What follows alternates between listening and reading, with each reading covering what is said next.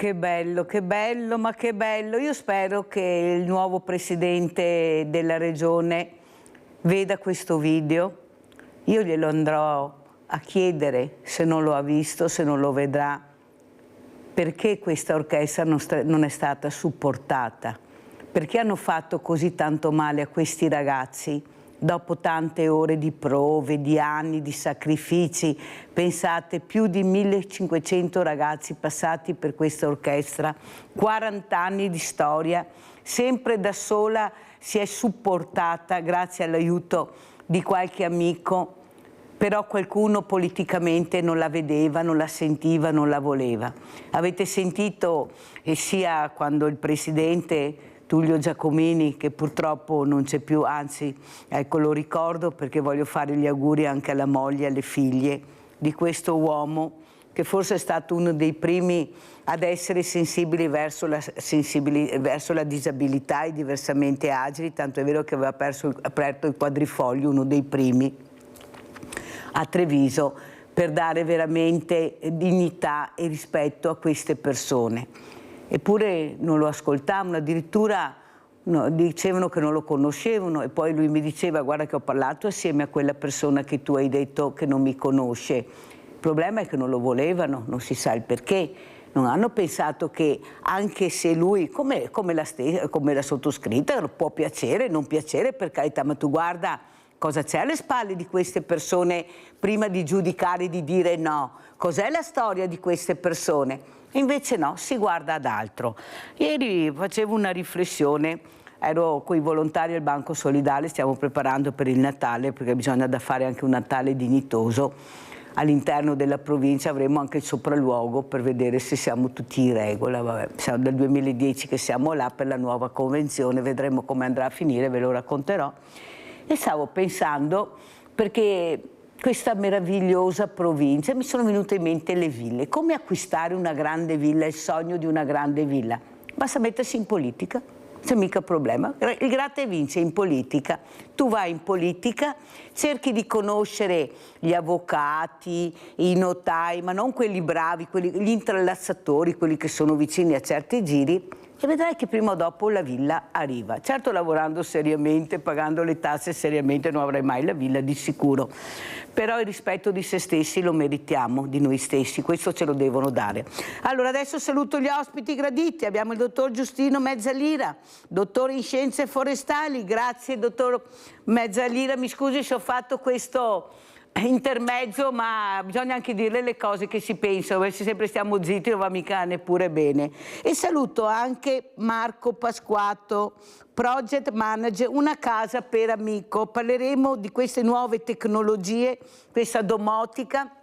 Io ho avuto una persona, Pasquato, diversamente agile, nato così in sedia a rotelle, che ha tutta la casa domotica. Lui sta benissimo, è felicissimo, ha un'autonomia incredibile, ma quello che ha è la gioia di vivere, non c'è niente da fare. La tecnologia serve, ma devi avere anche la voglia di vivere e la voglia di superare certi ostacoli. Allora, iniziamo proprio dal dottor Mezzalira.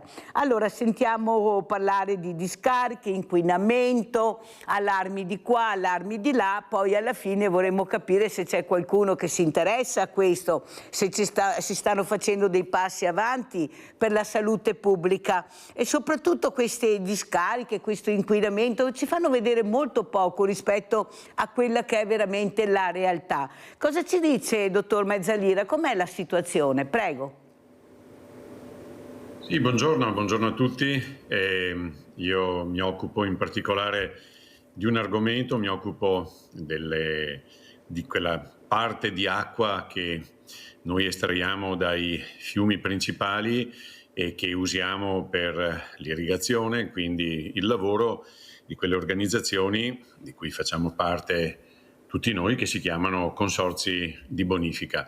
C'è un allarme in questo momento che riguarda soprattutto quello che sta succedendo lungo il fiume Brenta e quindi il rischio che le acque preziosissime che noi preleviamo all'altezza della città di Bassano per poi distribuirle, quelle superficiali, nei nostri canali per andare a irrigare i nostri campi, sono minacciate da una nuova minaccia che viene dal Trentino. C'è un grandissimo allarme nella zona del Primiero, in particolare nel comune di Canal San Bovo, dove è in atto da parte di un'azienda il trasporto di decine e decine di migliaia di metri cubi di materiali che provengono da un'area molto critica vicino alla stazione di Trento. Questi materiali vengono trasportati lontano dal punto di origine e vengono accumulati in una nuova discarica superficiale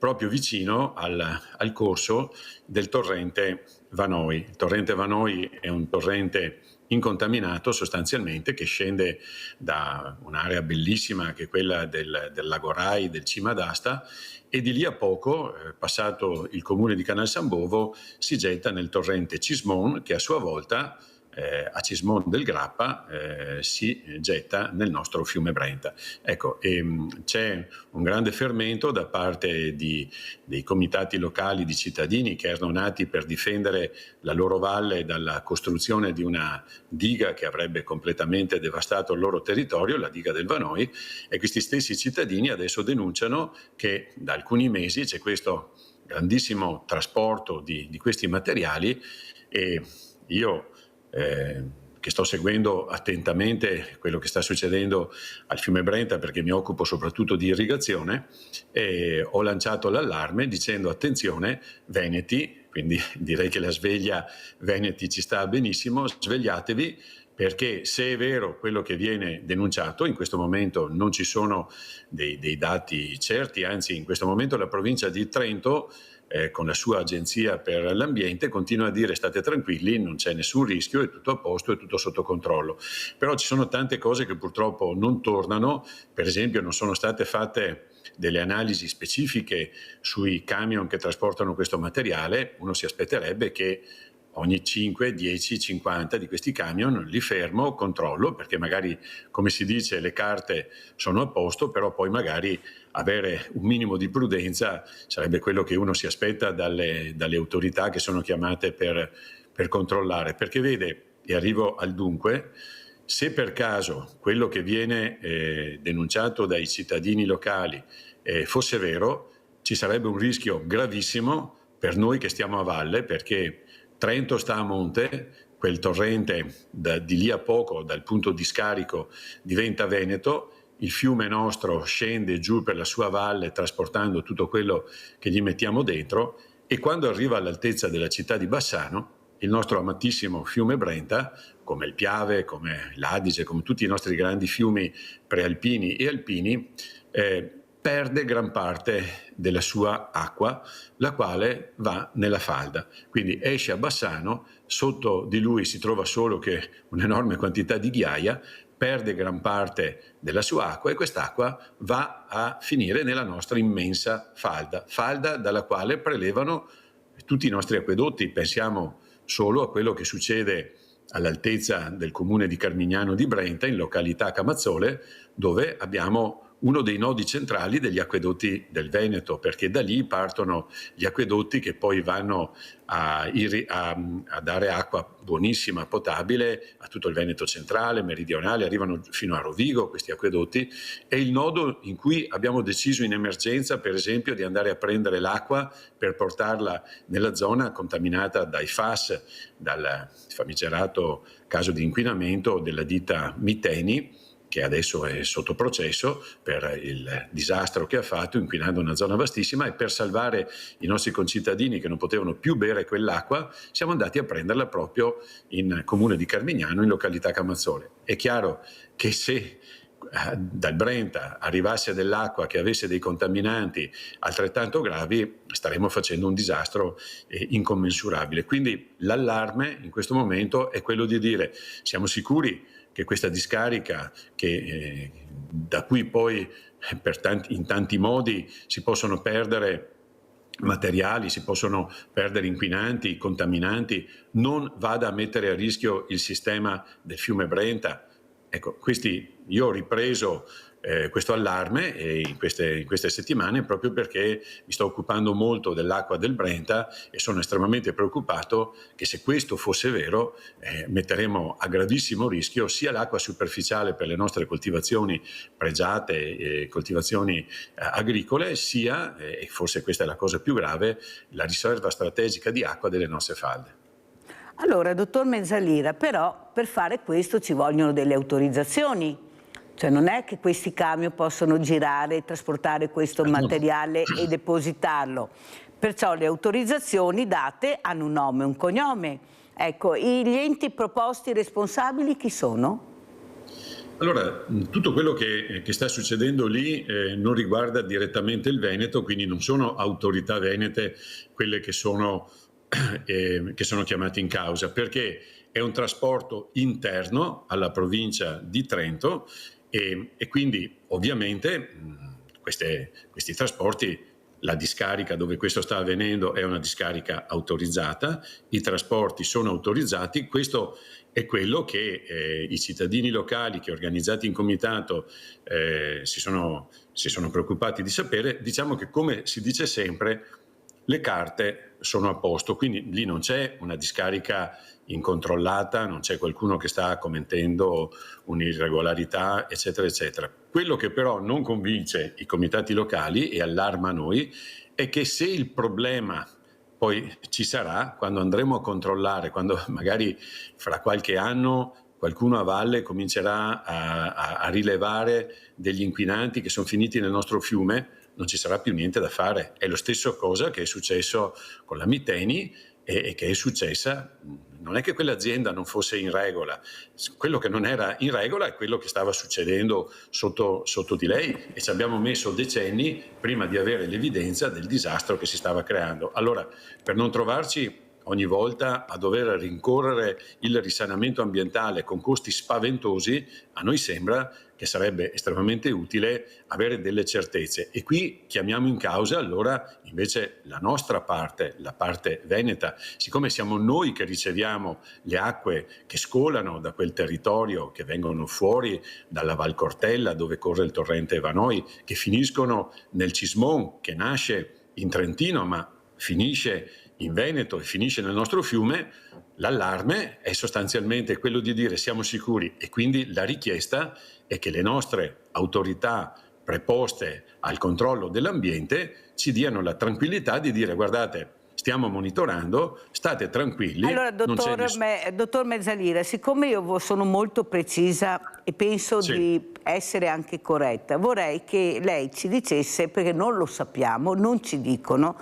non c'è trasparenza, chi sono gli enti proposti per fare questo, per fare prevenzione e controllo. È molto semplice, perché in tutta Italia sono le agenzie per l'ambiente, che si chiamano agenzie regionali per l'ambiente, agenzie provinciali per l'ambiente. Nel caso della Regione del Veneto si chiama Agenzia regionale per l'ambiente, l'ARPA della Regione del Veneto. L'ARPA monitora regolarmente i nostri corsi d'acqua, quindi abbiamo dei punti in cui vengono regolarmente fatte delle analisi. Le aggiungo che è cronaca di questi giorni, che si è letta sulla stampa locale bellunese, per esempio, che la provincia di Belluno, che è la provincia dove scorre la parte finale del torrente Cismon, ha chiesto alla nostra agenzia regionale di intensificare le attenzioni, perché è estremamente preoccupata che l'acqua che sta arrivando dal Trentino possa essere contaminata. Ecco, è un allarme, come le ripeto, preventivo, perché dal Trentino invece non stanno arrivando chiare risposte, cioè le risposte che arrivano sono le solite.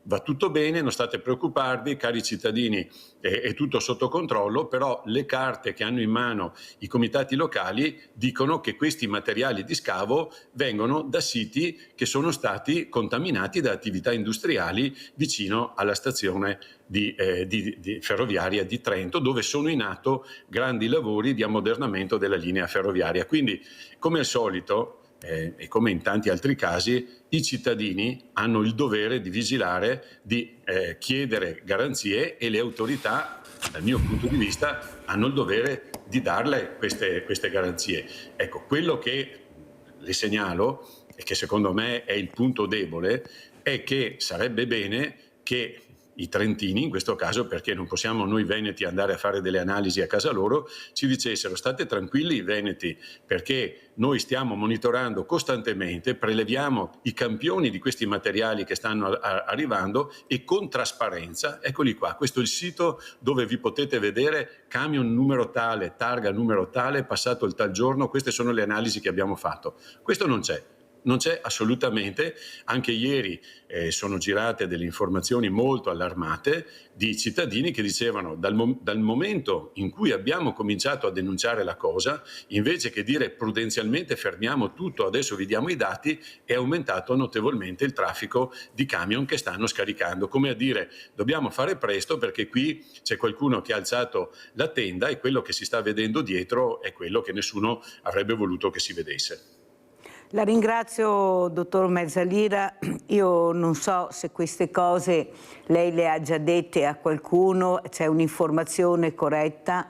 Ecco, io spero che questa mattina qualcuno segua, anzi sentirò anch'io dalle nostre emittenti, ecco, se sanno di questa cosa, perché penso che la prevenzione sia ormai doverosa da parte di tutti. Il problema è che quello che deve sempre rimboccarsi le maniche, dottor Mezzalira, e cercare di portare avanti questi temi sono i cittadini.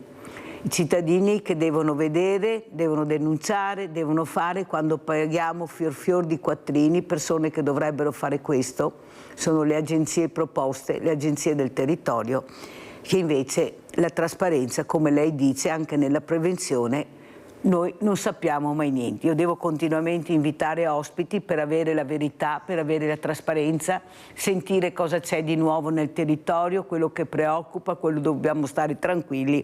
E devo dire la verità, questo passaggio sempre di Cerino non è mai colpa mia, è sempre colpa di qualcun altro, alla fine rimane in mano al cittadino che paga tasse, che paga consorzi di bonifica, tanto è vero che ho chiesto anche a questi presidenti se possono essere, ecco, più trasparenti anche sulle entrate e le uscite di quello che hanno fatto di questi consorzi di bonifica, perché li paghiamo anche noi ed è giusto anche capire come vanno, perché va sempre tutto bene.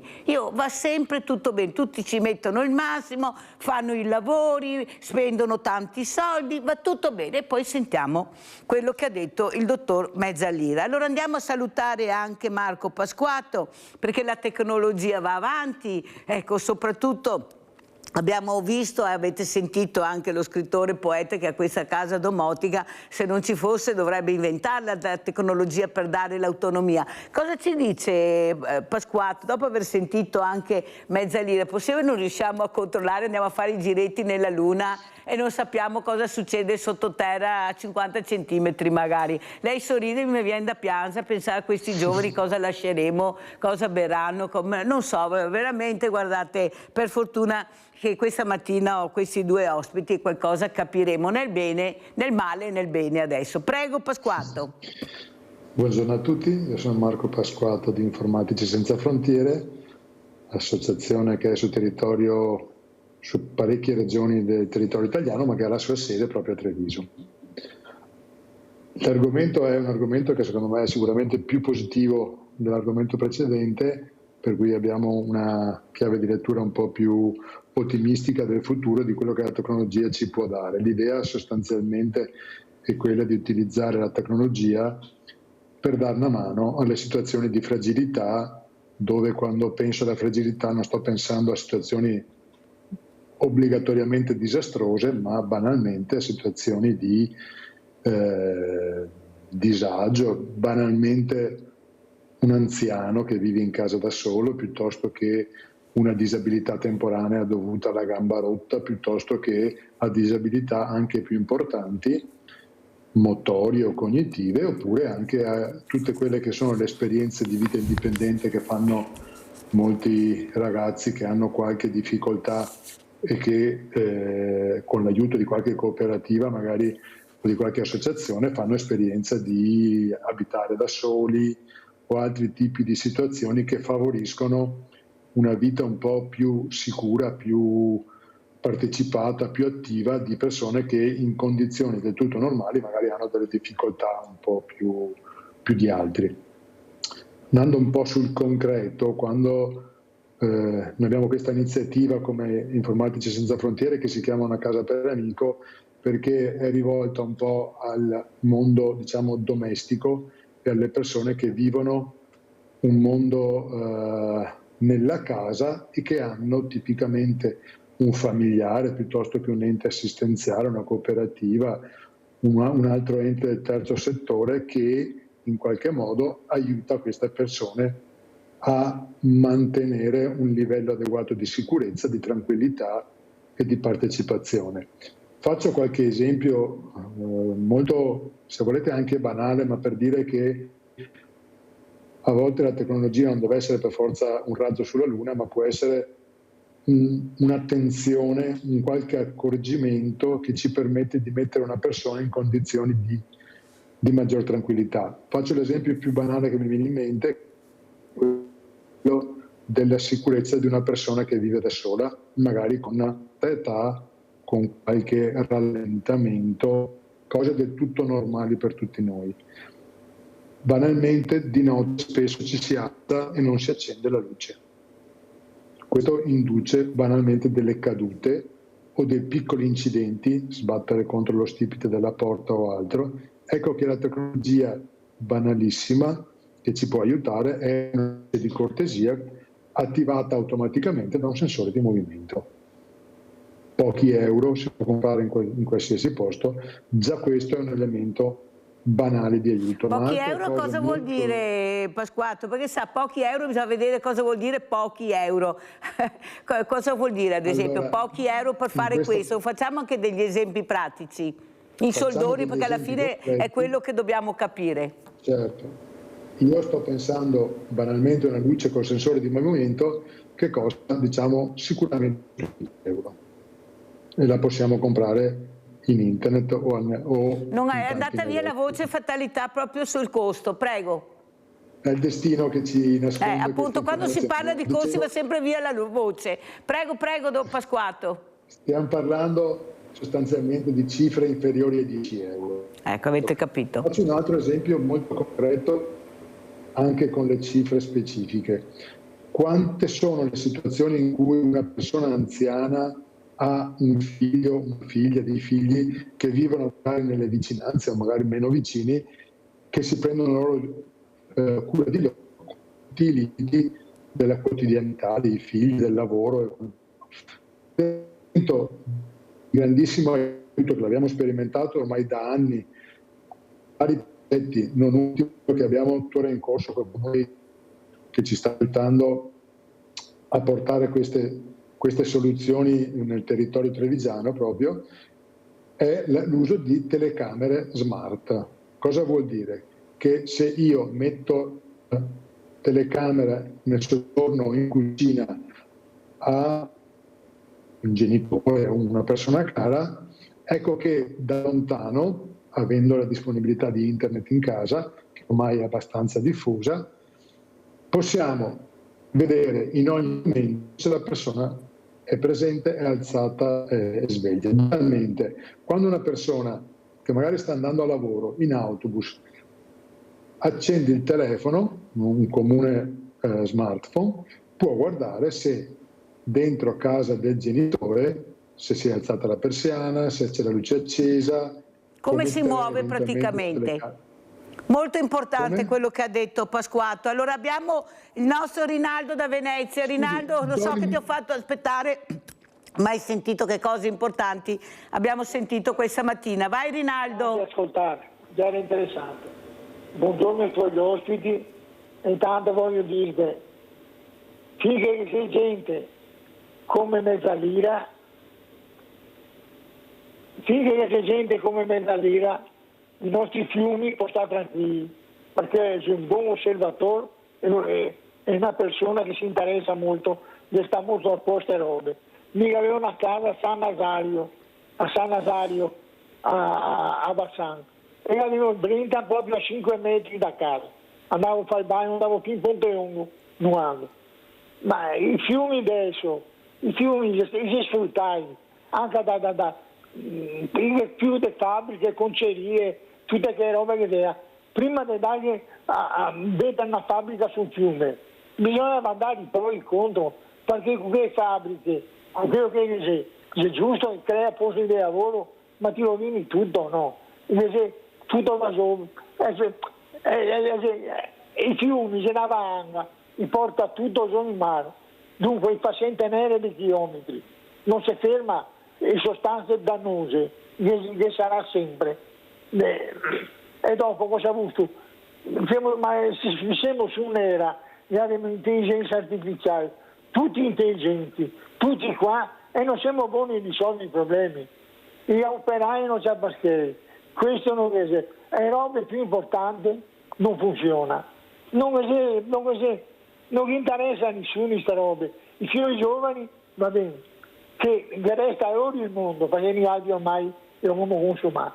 E ora, se fa qualche dimostrazione per dire che va che era, e invece qui gli unici che vuoi salvarlo, questo mondo che siamo noi altri, che non è tanto vero, perché dopo la natura si mette a posto la sua, con tutte le catastrofi che sta, e la natura si mette, si regola sempre, quello che non si regola siamo noi altri.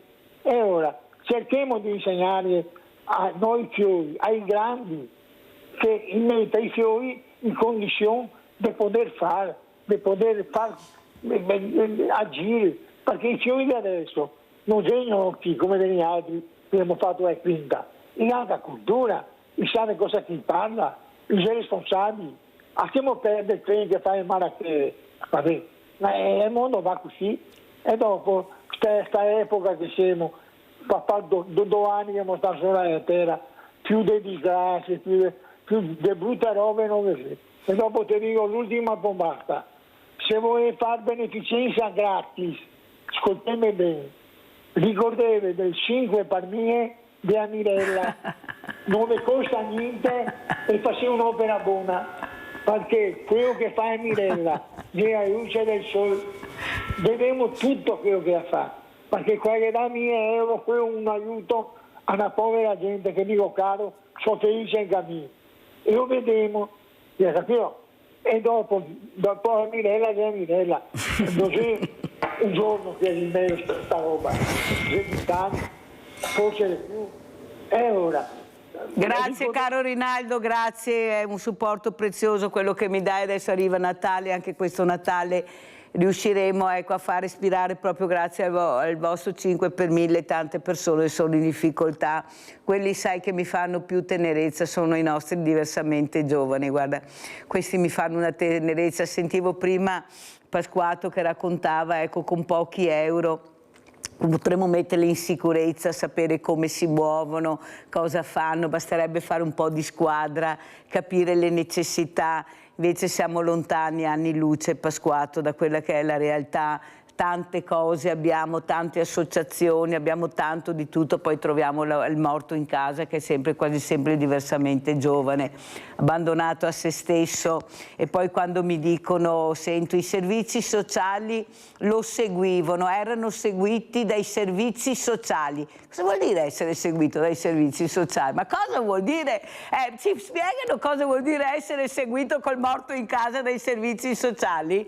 Ecco, io vorrei che qualcuno veramente rispondesse a queste domande. Voi dovreste vedere, ecco, anche ve li farò vedere qualcuno, perché qualcuno vuole essere anche intervistato, vuole ringraziarvi per questo contributo che ricevono a fine anno grazie a questa grande famiglia di Sveglia Veneti, sentire cosa dicono, cosa pensano, queste medicine che abbiamo raccolto, questi farmaci che diamo anche a loro perché non hanno i soldi da curarsi, da prendere qualsiasi cosa, perché Pasquato parlava di pochi euro, questi non hanno neanche quelli, Pasquato, ma non perché non si possono trovare, perché nessuno dice niente, non c'è informazione, non sanno a chi rivolgersi, è proprio, siamo allo stato veramente bravo. Mi ricordo quella signora che ha chiamato, che ha detto, mi sembra, sempre una signora diversamente giovane, che ha chiamato in diretta, ha detto mi sembra di vivere nel terzo mondo, ma almeno nel terzo mondo non ci sono le cose, qui le abbiamo ma non lo sanno,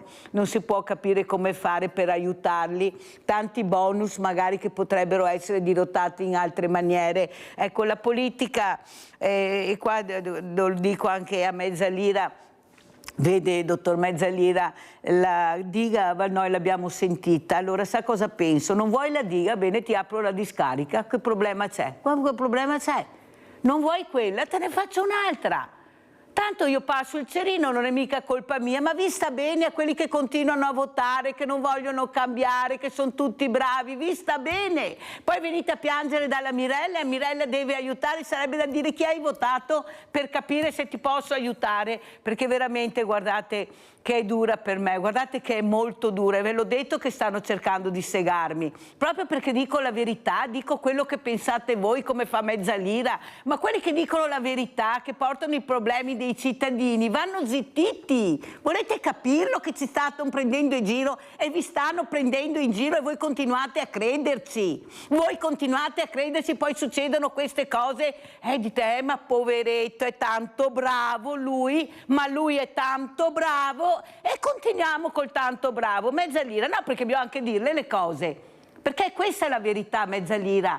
Chi dice la verità, chi si prende a cuore un tema, un problema, viene segato. E Mezzalira, non vogliono sentire, non devi parlare, non lo devi fare, non devi portare i problemi, anzi non devi proprio sentirli tu i problemi, lascia che mi arrangi io, li risolvo io i problemi e vediamo come. Mezzalira, cominciamo a parlare invece di queste cose, perché insomma sta gente è pagata con i nostri soldi, Cioè non è che i soldi piovono dal cielo o che spendono i loro, poi quando hanno fatto il danno se ne vanno e a noi rimane il danno che dobbiamo pagare, perché siamo noi poi che paghiamo, loro sono da un'altra parte.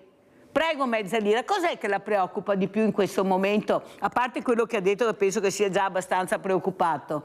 Ecco, il non ascolto della porca, dicono non parlare di politica, non mettere sempre no, a chi devo, no, ho capito, chi è che deve risolvere questi problemi? Ecco, cercare di fare prevenzione, di mettere i controlli, di capire come ci si muove nel territorio. Prego. Guarda Mirella, ti parlo da cittadino che non è mai stato zitto. Io ho 68 anni, ho finito la mia vita attiva, ho avuto tante responsabilità nella mia vita, adesso cerco di essere un pensionato attivo, nel senso che penso che noi cittadini in qualsiasi situazione ci troviamo abbiamo l'obbligo di non aspettare solo che dall'alto arrivino le cose. Proprio perché ti dico, non sono mai stato uno che è stato a guardare, che non ha denunciato, eccetera. Ti dico solo, ero un giovane studente al liceo a Vicenza e con gli amici del liceo allora abbiamo fondato un'associazione ambientalista che poi ci ha permesso di portare la nostra voce di giovani su temi scomodi, nei posti scomodi, e ho sempre creduto che il cittadino sia con la sua denuncia, con la sua ribellione, con il suo non essere conforme a come ci vorrebbero, è l'essenza della democrazia, perché l'essenza della democrazia è il fatto che tu ti metti in gioco, ci metti la faccia, non hai paura. Chiaro che se sei un solitario vieni considerato lo strambo del paese, no? In tutti i nostri paesi, in tutte le nostre contrade abbiamo qualcuno che è un po' strano, ma quando i cittadini si organizzano, soprattutto quando le loro denunce non sono denunce fini a se stessi o con secondi fini o basate su dati, ma quando dietro c'è la scienza, ci sono brave persone che fanno quello che devono fare, raccolgono dati, li analizzano, li mettono a disposizione, anche chi ha parlato prima di me, no? C'è sempre questo senso di generosità, di avere delle informazioni, di condividerle, eccetera. Ecco, quindi io penso veramente che di fronte a un mondo dove a tanti andrebbe comodo che i cittadini fossero delle pecorelle tranquille, che stanno ferme, che dicono sempre che va tutto bene, che siamo nel più bel posto del mondo, che tutto funziona. Ecco, i cittadini non devono essere contro il sistema a prescindere, perché allora sono semplicemente delle persone a cui il mondo non va bene e avranno le loro motivazioni per vedere sempre tutto negativo. Io in tutta la mia vita tutte le cose che ho fatto le ho sempre fatte da tecnico, documentandole e sempre mostrando che ci sono delle alternative. Hai citato prima il Vanoi. Io mi sono esposto tantissimo, ho finanziato, ho visto che anche tu hai un'associazione che raccoglie fondi, attraverso questo meccanismo straordinario che penso tu conosca già, che viene chiamato crowdfunding, folla, funding, raccolta di fondi. Quindi il fatto che noi cittadini abbiamo degli strumenti, ci sono adesso delle piattaforme online bellissime dove ognuno di noi può lanciare un progetto, voglio fare questo, voglio raccogliere i soldi per quello, e i cittadini informati danno poco ciascuno, ma tanto di pochi diventa tanto e può risolvere un problema. Io l'anno scorso ho finanziato, assieme a tante altre persone, dei giovani registi che hanno accompagnato una marcia di protesta pacifica, dove decine e decine di cittadini, come una staffetta, sono partiti dal posto preciso dove avrebbero voluto costruire la diga, hanno camminato per 8 giorni, hanno fatto 200 chilometri a piedi e hanno consegnato 14.000 firme di protesta nelle mani delle autorità regionali, dicendo: noi per tutti questi motivi non vogliamo questa diga inutile, pericolosa, distruttiva, costosa. Questo è un atto fortissimo e ti posso assicurare che azioni come queste hanno un impatto enorme. Adesso vedremo, Mezzalira, se quello che sta dicendo sarà concretamente attuato, cioè l'ascolto, la messa in moto, perché adesso la regione cambia, ci sono nuove aspettative, il nuovo presidente, io l'ho sentito, Alberto Stefani, sembra abbia a cuore anche l'ambiente, il sociale. Vedremo come si muoverà questo giovane ragazzo, è giovanissimo, è il più giovane presidente della regione in Italia, perciò vedremo come si muoverà, chi metterà nelle poltrone molto impegnative, ci vogliono persone molto competenti, ma non competenti perché fanno parte di cerchi magici o perché hanno fatto qualcosa di amministratori, proprio persone che sappiano di cosa si parla e di come si deve risolvere i problemi seduti su quella poltrona, che vuol dire preparazione, vuol dire competenza, sapere, conoscere. Gabriella, poi andiamo in pubblicità perché ho forato. Vai Gabriella. Ciao, buongiorno Mirella, mi auguro tutto il bene di questo mondo, perché lei è una persona forte, però la stai attenta perché il mondo è brutto e chi si fa del bene si è mal visti, e però abbatte sempre il chiodo perché la verità la fa male, però bisogna dirla come che dice ella. E buona giornata e grazie. Lo so io che a casa mi date ragione, non tutti ma una buona parte, perché sapete che ho il coraggio di dire la verità. Il problema è che veramente, come dici tu, qualcuno sta tentando, ma sono anni che tentano, prima o poi non so se ce la faranno, però bisogna stare anche attenti, bisogna colpirsi ben giusto, perché si sbaglia mira divento pericolosa dopo, mi fa fuori subito, bisogna che stare attenti, perché capite che gli ultimi danno fastidio, io ve lo dico tutte le mattine, date fastidio, non chiedete, perché chiedere diventa un problema, non chiedete, anzi vi ho detto, se volete curarvi andate tutti a Cortina, se volete essere sicuri andate a Cortina, lì ci saranno vigili, poliziotti, carabinieri, medici, andate tutti là, non sanno neanche come spendere i soldi a Cortina, da tanti ne hanno e sono i fondi del PNRR, per quello ne hanno tanti, li hanno dirottati là, andate là a curarvi, a vivere bene, a vivere sani, a vivere in sicurezza. E adesso pubblicità.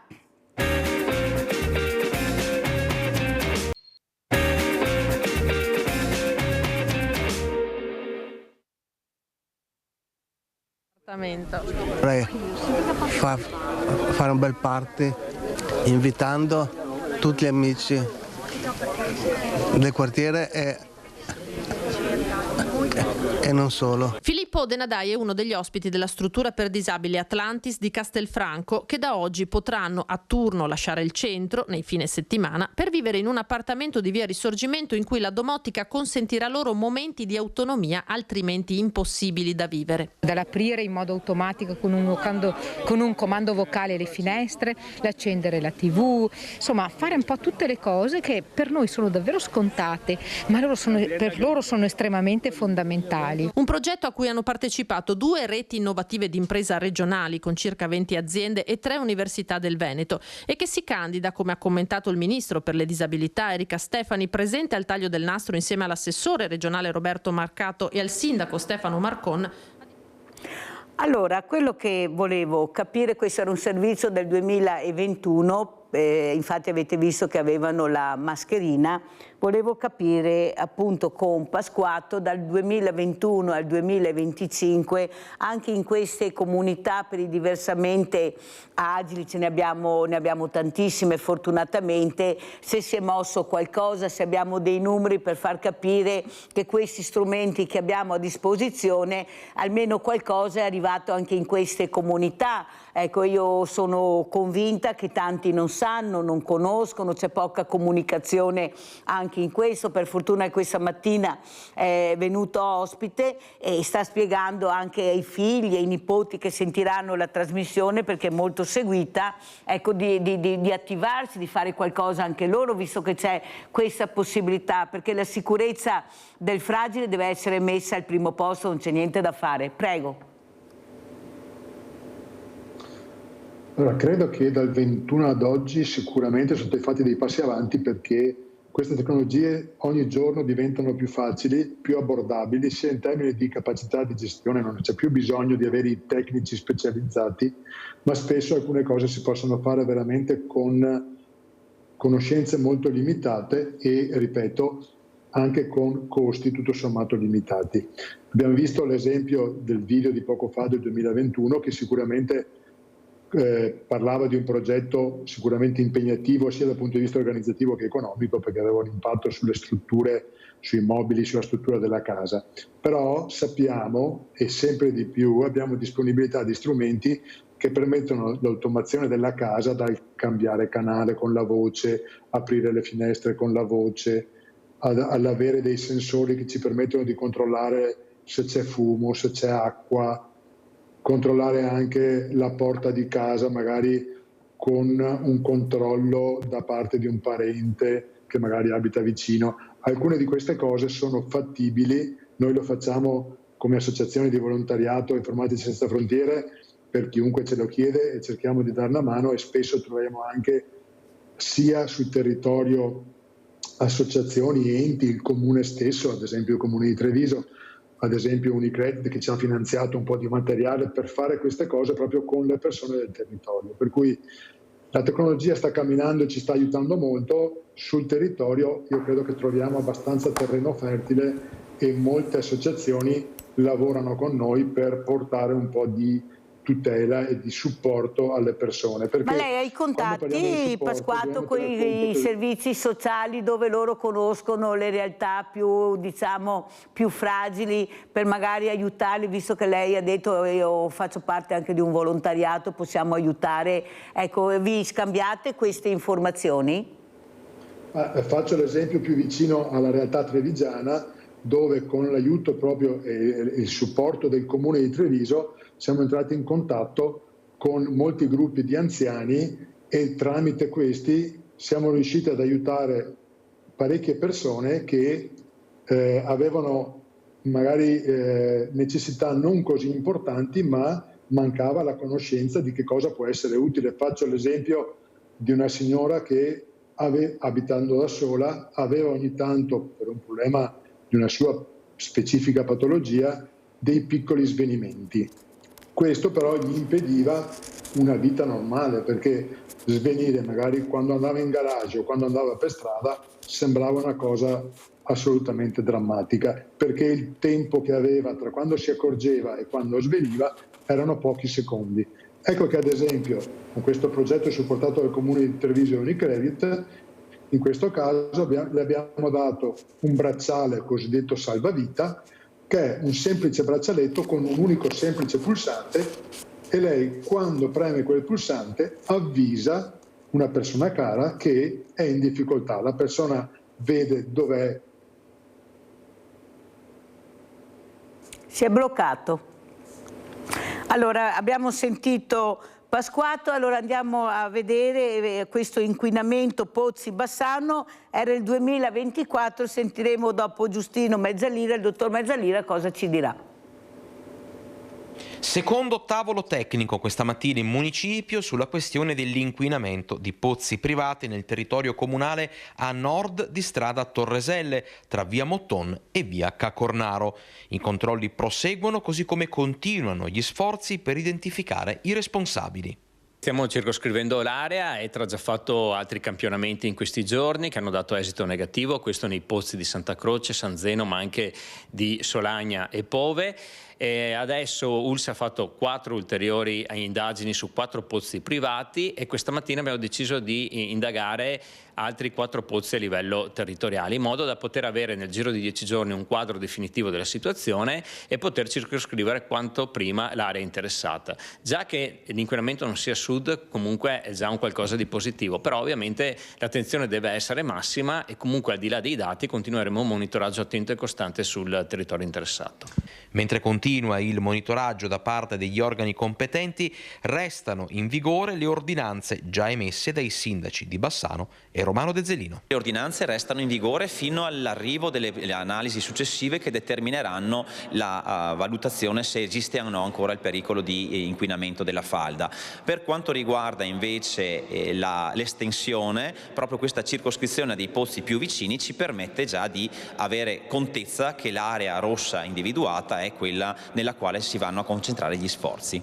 La settimana prossima dovremo avere tutte le analisi necessarie a far capire ai nostri uffici quella che è la possibilità di revocare l'ordinanza, ma soprattutto la possibilità anche ai cittadini di poter riutilizzare l'acqua che hanno nei pozzi privati. Allora, abbiamo sentito il sindaco Finco, era un anno fa, proprio novembre del 2024, sentiamo come commenta Mezzalira. Prego, Mezzalira. Sì, questo quadro purtroppo si ripete in modo regolare nel nostro territorio. Noi abbiamo una situazione, io parlo per le competenze che ho, non sono un chimico, non mi occupo di analisi delle acque profonde, mi occupo di risorse idriche, come ho detto fin dall'inizio, soprattutto per quanto riguarda il loro uso a fini irrigui. E noi abbiamo una situazione che purtroppo ci sottopone molto a questo tipo di rischio, perché la parte alta della nostra pianura, abbiamo sentito il sindaco di Bassano, abbiamo sentito il sindaco di Romano, quindi siamo proprio nel punto in cui il nostro fiume principale esce, il Brenta, e corre sopra un materasso di ghiaia. Ora immaginiamoci che sopra un materasso di ghiaia qualsiasi cosa tu rilasci in superficie può scendere in profondità e può andare a contaminare un'area che sta a valle di quel punto. Ci sono moltissimi casi che sono stati documentati nella nostra alta pianura di puntiformi inquinamenti che poi camminano verso valle per chilometri e purtroppo permangono nelle nostre falde anche per anni o per decenni. Quindi è importantissimo che ci sia un'azione. E torniamo alla parola di prima, quella che abbiamo parlato per la discarica che sta avvenendo a Ponte di Ronco nel Trentino. La prevenzione è assolutamente fondamentale, perché quando l'inquinamento è avvenuto non è come quello di un corso d'acqua che oggi è inquinato, domani l'acqua continua a fluire e magari non hai più l'effetto. Quando finisce in falda, purtroppo sappiamo tutti che è estremamente tardi, è troppo tardi, e ne abbiamo già abbastanza di casi gravi, gravissimi, che hanno contaminato la nostra falda. Quindi ovviamente mi auguro che quello che era stato denunciato un anno fa poi si sia felicemente risolto, però soprattutto in queste aree dell'alta pianura dovremmo essere estremamente vigili, per esempio rilasciando certe autorizzazioni a certe attività produttive, autorità che sono ad altissimo rischio. Chiaro che sarebbe meglio che si insediassero in zone dove non c'è questo rischio così forte di contaminazione della falda. Grazie veramente, grazie. Ringrazio il dottor Giustino Mezzalira, dottore in scienze forestali e non solo. Abbiamo parlato di allarme inquinamento, di prevenzione. Ringrazio e saluto anche Marco Pasquato, project manager Una Casa per Amico. La domotica fondamentale, c'è anche un mondo del volontariato che può aiutare. Vi abbiamo dato notizie importanti. Grazie, grazie ai miei ospiti. Pubblicità.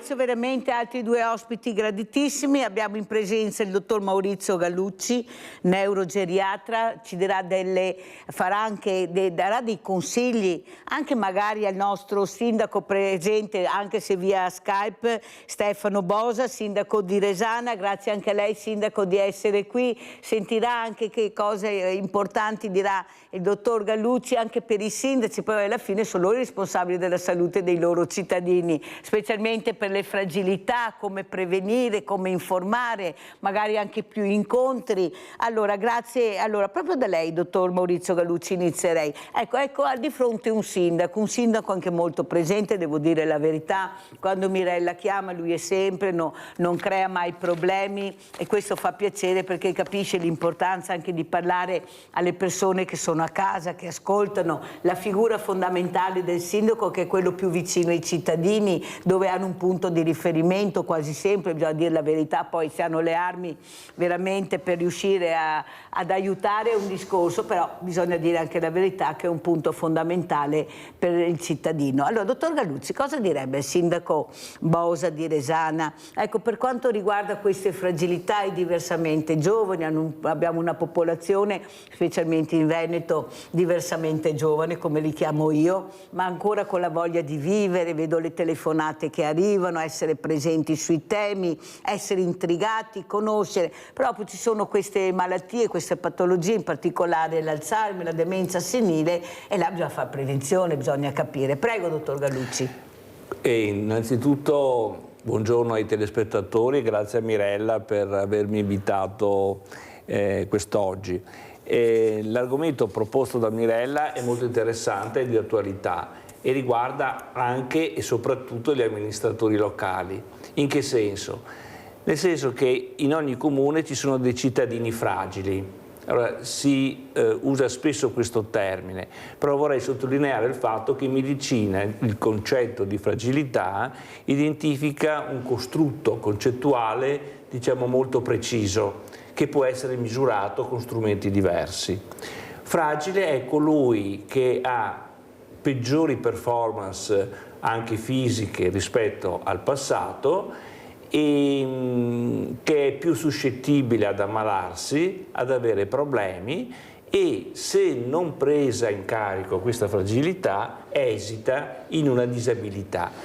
Mentre la disabilità è irreversibile, la fragilità è una situazione in cui è ammessa anche un ritorno a uno stato di benessere, di normalità, e qui si collocano anche le amministrazioni comunali, nel senso che i passaggi che si propongono sono quelli di intercettare nel proprio tessuto territoriale le persone che sono fragili. Sono quelle, per esempio, che si muovono poco, hanno un ritiro sociale, non escono di casa, cominciano a avere qualche problema di memoria, non hanno una rete familiare o assistenziale attorno.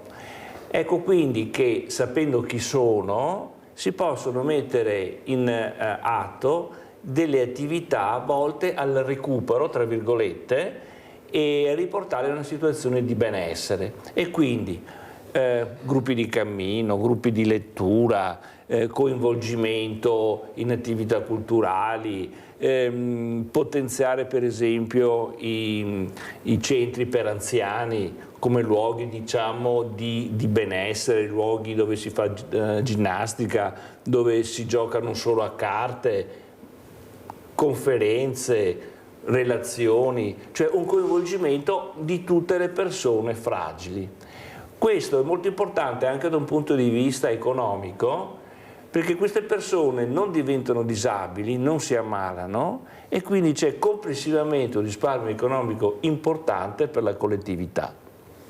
Allora, sentiamo come commenta il sindaco Bosa, Stefano Bosa. Allora, sindaco, io prima di voi ho avuto anche Marco Pasquato, project manager Una Casa per Amico, il quale ha spiegato molto bene, anzi fa anche un tipo di volontariato per delle persone diversamente giovani in difficoltà, fragili, mettendo a disposizione degli strumenti anche per la loro sicurezza all'interno della casa.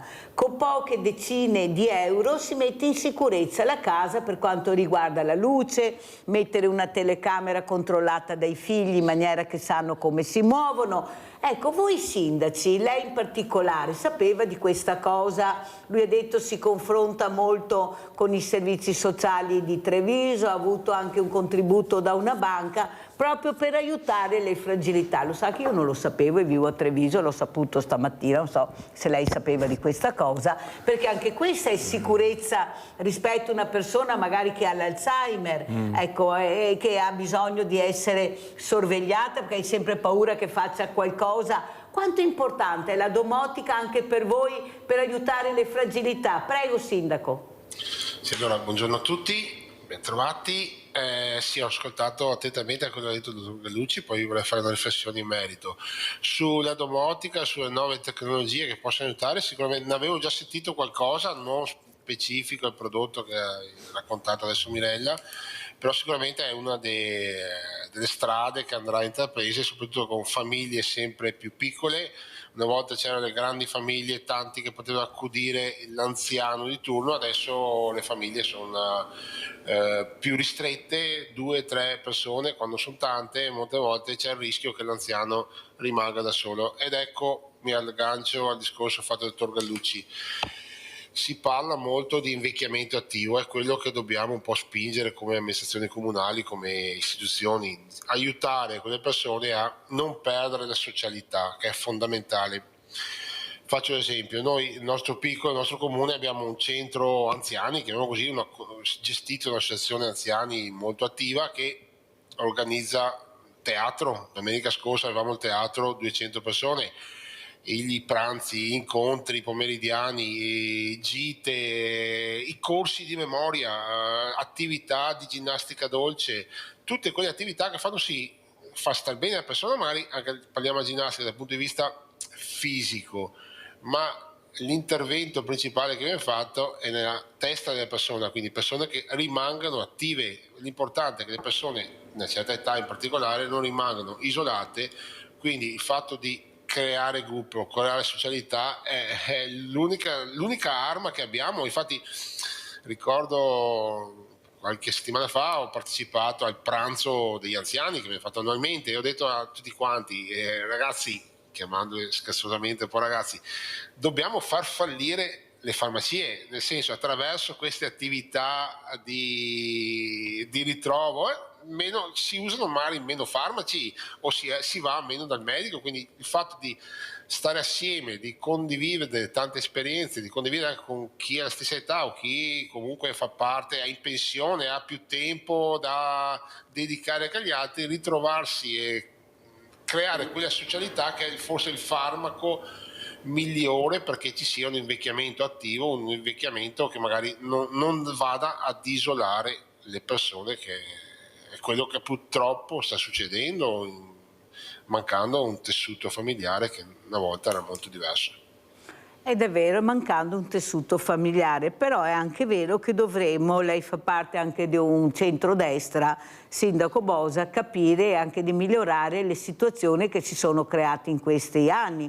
Ad esempio aiutare i caregiver che seguono queste persone, soprattutto questa invalidità che non viene premiata, nel senso soldi zero, perché bisogna essere orizzontali, non camminare, non respirare, forse ti arriva l'invalidità. E invece l'invalidità dovrebbe arrivare, per cui lei sorride, dottor Gallucci, mi viene da piangere sentendo le telefonate che ricevo di queste persone che stanno cercando di aiutare i familiari, che devono essere accuditi 24 ore su 24, perché la demenza o l'Alzheimer crea problemi non da poco e non si vedono neppure aiutati e supportati da queste leggi che dovrebbero dare, perché diventa un costo a queste persone che fanno un lavoro enorme e questo non va bene. Ecco, anche qua, Sindaco, non si dovrebbe cambiare questa situazione, che noi vediamo soldi di qua, soldi di là, per carità, ma nel concreto dobbiamo capire anche quello che non funziona, perché se andiamo a vedere sempre quello che funziona, tutto sommato devo dire sì, c'è. ci mancherebbe altro. Però quello che non funziona, e lei sa che io dico quello che sento, e anche le telefonate che arrivano, sono questi aiuti a queste persone che hanno questo problema in famiglia. RSA non ne parliamo, ci sono code infinite, ma se anche trovi il posto non ci sono le persone addette ai lavori. Cosa sta succedendo, Sindaco? Una volta dice la sinistra troppo buona, adesso c'è la destra, però qua dobbiamo anche capire cosa si può fare per migliorare, perché siamo fermi completamente, anzi siamo veramente in grosse difficoltà. Prego, Sindaco. Sì, è un discorso di un ragionamento sulle risorse, cioè e priorità delle scelte. Dobbiamo capire che in questi anni la popolazione sta invecchiando, la media d'età sta alzandosi e si alzerà sempre di più, quindi andranno fatte delle scelte, e qui si dovrà dare priorità a certi settori che ad altri. Le risorse saranno quelle, saranno sempre limitate, però c'è la possibilità di scegliere, quindi adesso bisognerà capire anche questa nuova amministrazione regionale che si andrà a insediare. Ho sentito il presidente Stefani che parla molto di sociale, di puntare sociale, vediamo se riuscirà a dare la priorità a questi che sono bisogni attuali che saranno sempre più pressanti nei prossimi anni. Adesso non mi ricordo più, però c'è una statistica che nei prossimi anni la popolazione andrà veramente, natalità praticamente inverno demografico lo chiamano, e aumento dell'età media importante, quindi avremo una popolazione molto anziana, quindi le scelte che andranno fatte a certi livelli dovranno tenere conto di questo aspetto. Solo così potremo aiutare le persone. Dottor Gallucci, però per fare prevenzione anche qua bisogna investire, che non è che la prevenzione la fai solo a parole, la fai anche con degli investimenti molto mirati e molto precisi. Ecco, come ha detto il sindaco Bosa, dobbiamo stare attenti perché questi numeri aumenteranno, le risorse saranno sempre limitate. Io non ci credo, a tanto è vero che i fondi del PNRR all'inizio erano destinati al terzo settore, qua quando parli di terzo settore hai voglia, ce n'è per tutti e di più, poi sono stati deviati su delle cose. Io non so se lei l'ha sentito, sindaco Bosa, ma lo dico anche al dottor Gallucci. Ecco, questa mattina io lo dico sempre, qualcuno a casa dirà, anche si arrabbierà, dirà e basta Mirella con sta Cortina, però vai a Cortina e risolvi tutti i problemi. Soldi a iosa, a Cortina non sanno neppure come spenderli, sono i soldi del PNR, perciò vuol dire sicurezza, sanità, medici, infermieri, di tutto e di più, là ci sono. Questa è la verità. Guarda, chi dice che non è vero venga a confrontarsi, io li farò parlare con le persone che mi hanno detto questo, perché ci sono nomi e cognomi, perché bisogna anche capire perché sono fondi destinati anche alle popolazioni per migliorare la loro qualità di vita. Cos'è la prevenzione? Proprio come concretamente realizzata con investimenti, perché è là il problema. Sì, la prevenzione è una cosa fondamentale e può affiancarsi alle medicine, ma le medicine hanno, diciamo, un utilizzo quando c'è già la malattia, quindi quando c'è già il problema.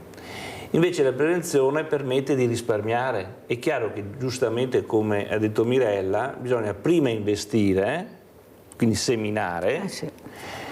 E dopo nel tempo si ottengono anche i risultati, nel senso che complessivamente con la prevenzione si riduce la morbilità delle persone, quindi queste si ammalano meno e quindi la spesa sanitaria per queste persone si riduce, ovviamente nel tempo, in un certo intervallo congruo di tempo.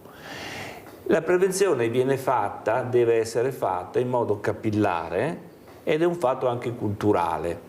Ora, le proposte di prevenzione come la partecipazione a gruppi di cammino e di lettura che io ho realizzato da circa 12 anni nel Trevigiano, in collaborazione con Associazione Sportiva Dilettantistica, gruppi di lettura, viene percepita nella sua bontà, nella sua interezza, soprattutto da persone che hanno gli strumenti culturali per comprenderne il valore.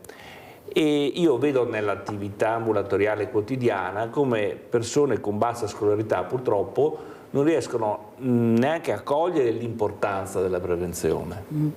E poi c'è un fattore fondamentale, un nemico molto molto molto potente, che è proprio la pigrizia.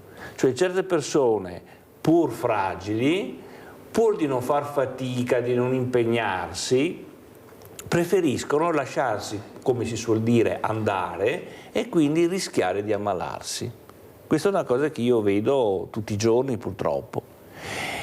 E chi ha un bagaglio culturale, quindi scolastico prima, ma poi anche esperienziale, culturale più elevato, riesce a comprendere la bontà di certe proposte culturali o di coinvolgimento attivo, tipo attività fisica, socializzazione, lettura, dieta mediterranea, e aderiscono, diciamo, più di buon grado. Quindi il messaggio è: la prevenzione comincia dalle scuole elementari, non abbandonando precocemente gli studi. Cosa che si fa in Veneto. Cosa che purtroppo si è fatta molto in Veneto, perché come spesso si è sentito dire, nel Veneto c'erano più partite IVA che nuclei familiari. Quindi l'accesso all'attività lavorativa era facile, era immediato, e quindi questo ha invogliato molti ragazzi delle scuole medie, finito la scuola dell'obbligo, a impegnarsi subito in attività di apprendistato per fare l'artigiano o altre attività. Questo è stato un bene da un punto di vista, diciamo, della ricchezza della popolazione, però un male dal punto di vista proprio dei concetti che ho poco fa espresso, cioè della scolarità, della comprensione e delle risorse anche culturali poi per affrontare la vita. Come studio Treviso Longeva, uno studio che conduco da più di 20 anni, su 700 anziani ultrasettantenni nel 2002, noi abbiamo fatto uno studio in collaborazione con l'Università di Padova misurando i telomeri. I telomeri sono i pezzettini finali dei cromosomi. Questi telomeri sono come degli orologi biologici, nel senso che man mano che il tempo passa, che le persone invecchiano, questi telomeri si accorciano. Okay? Nel 12% di queste popolazioni abbiamo invece assistito ad un allungamento, almeno temporaneo per qualche anno, della lunghezza dei telomeri. Telomeri. Telomeri. Un'altra parola nuova stamattina. Telomeri. È fatto, diciamo, molto interessante. Siamo andati a vedere quali erano le variabili, i parametri che correlavano maggiormente con questo fenomeno e abbiamo visto che erano la performance fisica, cioè quanto erano performanti da un punto di vista fisico, e ci sono delle scale dedicate per misurarlo, e l'altro parametro con cui era collegato questo aumento dei telomeri era proprio la scolarità, intesa come fattore predisponente per l'utilizzo al meglio del cervello negli anni post-scolari. Quindi l'attività fisica e l'utilizzo del cervello addirittura, tra virgolette, possiamo dire che può ringiovanire, almeno per alcuni periodi della vita. Infatti, la fermo un secondo perché sennò mi cade la linea. Abbiamo Sandra da Padova al centralino. Vai Sandra. Ciao Mirella e buongiorno al dottore che hai di fianco, perché sta spiegando in maniera veramente esaustiva tutta, quando anch'io non sono più sono diversamente giovane. Volevo dire una cosa, e anche bravi i precedenti ospiti che ho ascoltato tutto. Volevo dire una roba, io sono attiva e fa parte del mio carattere, io esco adesso, vado a farmi la doccia, mi vesto, devo fare la spesa e vabbè. E sono sempre stata abituata a fare ginnastica, sport, però al di là di me stessa, dico una cosa, io ieri ero a casa, non mi sono mossa perché avevo delle cose da sbrigare ed ero qua che con la televisione accesa in cucina, e allora faccio zapping. Allora ho visto un servizio, Mirella, che mi ha veramente sbalordito, perché non sappiamo niente. Casablanca, che è in Marocco, che ha 3,5 milioni di abitanti, sono i primi esportatori di fosfato. Vedessi che po' di meccanismi, di ruspe, di camion, è una roba allucinante. Hanno l'agricoltura, hanno un sacco di cose, vivono sia i musulmani che i cristiani, perché lì c'è il re, e quando c'è il re, come negli altri paesi del nord Europa, c'è una democrazia, diciamo, buona. Ecco, io sono rimasta sbalordito. È una domanda che mi sono fatta e la faccio al professore. Io, scusatemi, il Grande Fratello e tutte ste puttanate, dico una parolaccia, che fanno in televisione, che è dopo i giovani la guardano. E io dico, ma perché non si soffermano a guardare delle volte i commentari degli animali, di questi servizi che fanno vedere il mondo, Mirella? Perché io in Marocco non ci sono mai stata, però vedendo questo filmato io mi sono immedesimata, nel senso che ho fatto un viaggio virtuale e questo mi è piaciuto molto. Allora, dovrebbero incrementare le persone che sono a casa, che magari non si muovono, come ha detto il medico, per pigrizia, perché c'è molta pigrizia, è inutile che andiamo in cerca, c'è molta pigrizia. Io vedo una signora di 90 anni che faceva non so quante vasche di nuoto, poi è caduta, non si è rotta, però ha paura, e l'ho vista in farmacia.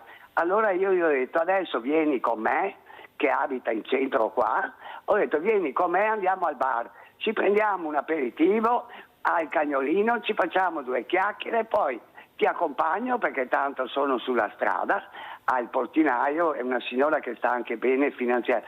Beh, ho visto la gioia nei suoi occhi, Mirella. Brava Sandra, allora, fammi andare avanti, se no non ce la faccio. Complimenti Sandra per quello che fai, ecco, questo aiuta la comunità a mettersi in gioco, ecco, sono tante le proposte e soprattutto capire che tutti quanti noi possiamo mettere questa goccia. Sindaco Bosa, cos'è che la fa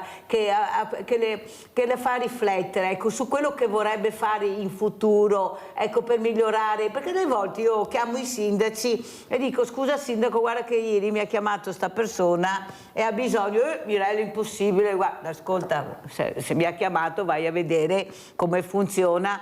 E poi ho capito che non sanno niente, devono rivolgersi giustamente all'assessore o ai servizi sociali, poi mi richiedono, sì, te avevi ragione, adesso vediamo come fare. C'è veramente questa osservazione che dovete fare voi in prima linea anche sui paesi anche più piccoli? Ad esempio il sindaco di Ponzano, sotto mio suggerimento, ha fatto un censimento delle persone che abitano per capire dove stanno le fragilità, chi sono, e poi è ritornato a Sveglia Veneti e ha detto Mirella avevi ragione, ho scoperto delle cose che non immaginavo, perché giustamente noi non siamo stati abituati a chiedere, specialmente il diversamente giovane. Diversamente giovane, se tu non hai la sentinella che va e ti fa capire l'importanza della persona che ha bisogno di aiuto, lui non arriva, sindaco, ed è inutile continuare a dire, l'ho detto anche prima, ecco, che devono andare i servizi sociali. No, a mio avviso sono i servizi sociali che devono arrivare a queste fragilità. Hanno un nome e un cognome, hanno un indirizzo, un numero di telefono quasi sempre, e soprattutto cosa vuol dire essere seguito dal servizio sociale. Non pensa che si dovrebbe incrementare perché mancano le risorse? È là il problema, mancano le persone, mancano i soldi per fare questo, cioè si dovrà pur muovere, visto, come ha detto anche il dottor Gallucci, che in futuro avremo numeri sempre più alti di persone. Non è che tutte devono andare nelle RSA perché non ci sono, non abbiamo i numeri, perciò devono rimanere a casa, ma per rimanere a casa devono avere un supporto fisico di persone che l'aiutano. Cos'è che la preoccupa? Oppure dobbiamo andare a chiedere in qualche altro posto in montagna se per cortesia dirottano un po' di fondi a voi sindaci per aiutare queste persone?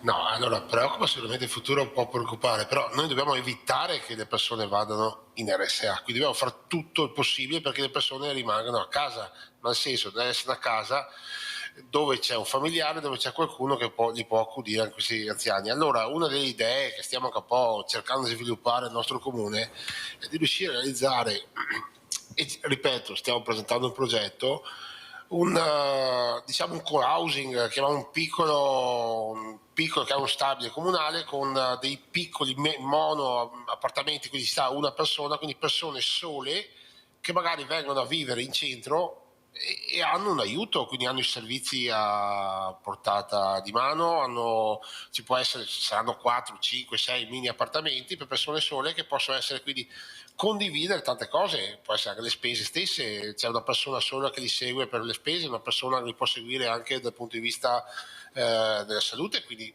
una visita domiciliare. Noi abbiamo le assistenze domiciliari che attualmente girano diverse abitazioni, quindi il fatto di cercare di far queste persone che sono sole, cercare di farle convivere, condividere anche le cose, non è semplice, perché immagino una persona che ha vissuto per una vita in una casa, dirgli guarda devi spostarti in un'altra abitazione, per ripeto parlo di abitazione, quindi persone che comunque devono essere un attimino autosufficienti, che possono quindi condividere le cose, condividendo le cose secondo me qualche soluzione riusciamo a trovarla.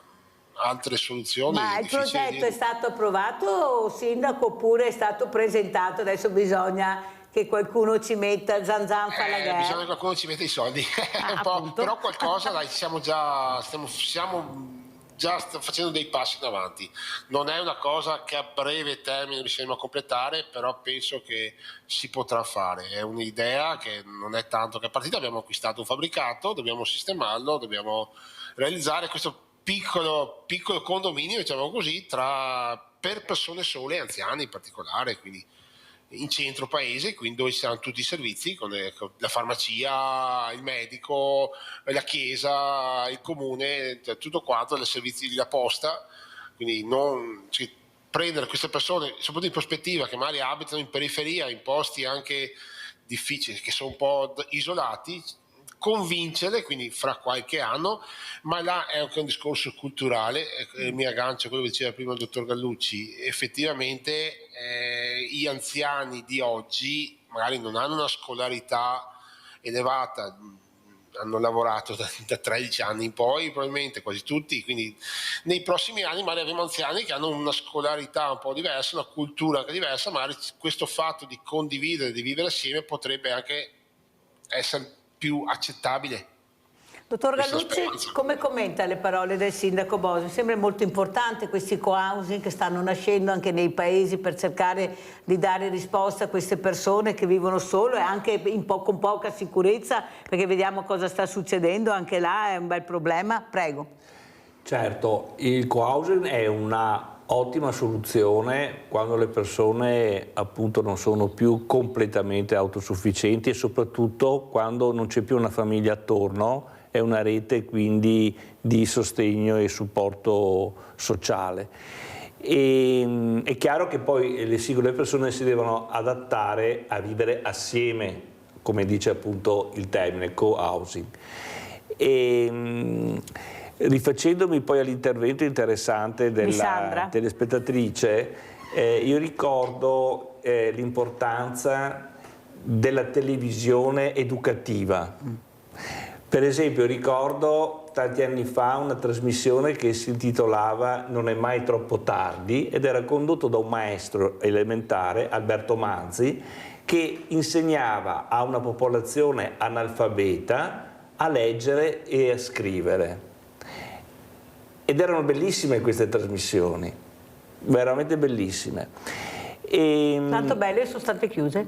Tanto belle sono state chiuse, quindi una strategia secondo me, ma ci accennava anche il sindaco, è quella proprio di produrre dei programmi che siano educativi, quindi parlino di letteratura, parlino di storia, parlano di cose diciamo utili, cibo per la mente li chiamo io.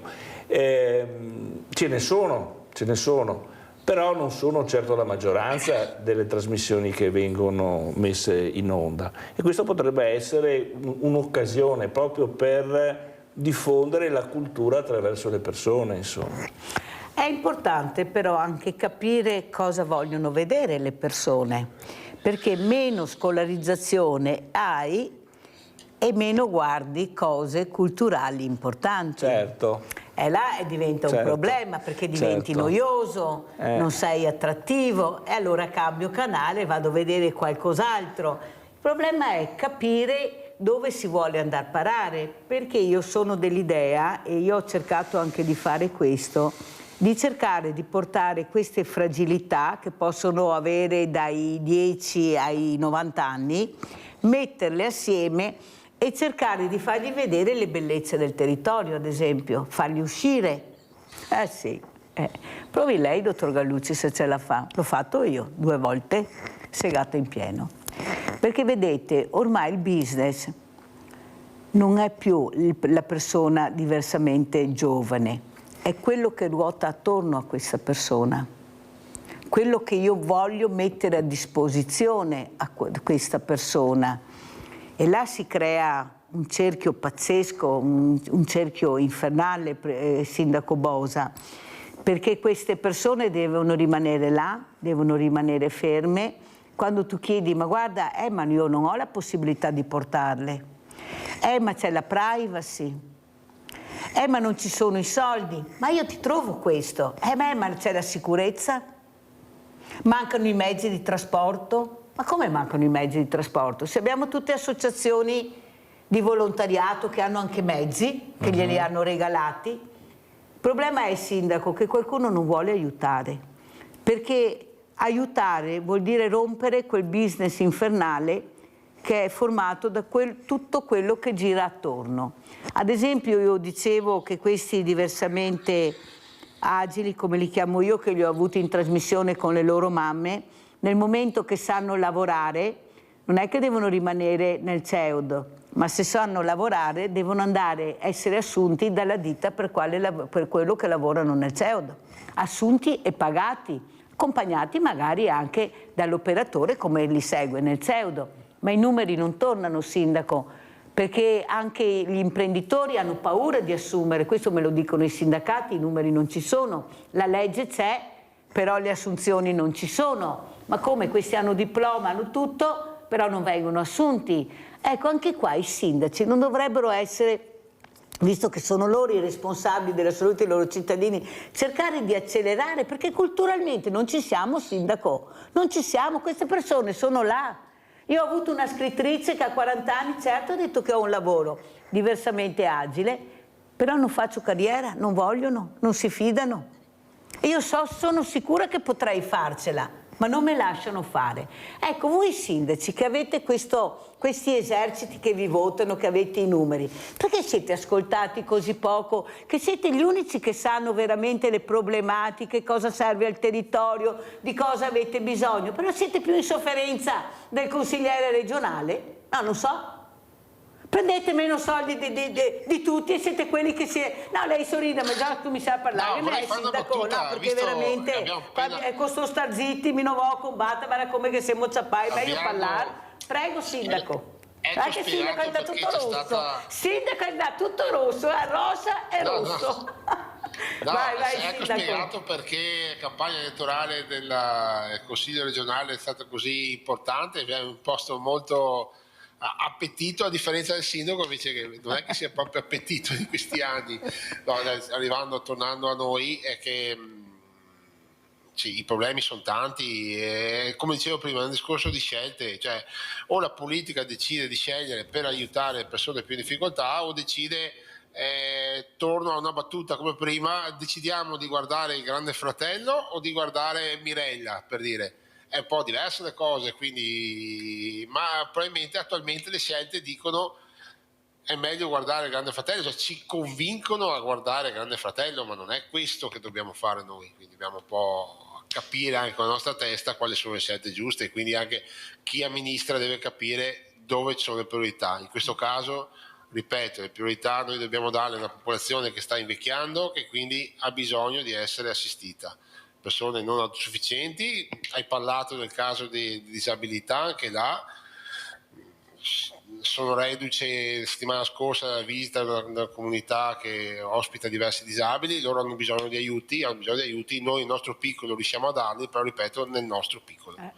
quindi inutile che ci nascondiamo dietro, non possiamo nasconderci, perché non abbiamo noi le redini, i cordoni delle borse non le abbiamo noi, sono da qualche altra parte, quindi spero che davvero ci sia un cambio di passo da questo punto di vista, che ci sia più un'attenzione diversa per chi è più in difficoltà, per chi è più fragile. Ne abbiamo parlato anche stamattina. Ma bisogna parlarne, Sindaco, perché ripeto, voi avete veramente dei numeri importanti, che sono i cittadini che vi votano, ed è vero, perché se seminate bene poi raccogliete, vi riconfermano, se fate male vi mandano a casa, perché è la verità, l'abbiamo visto.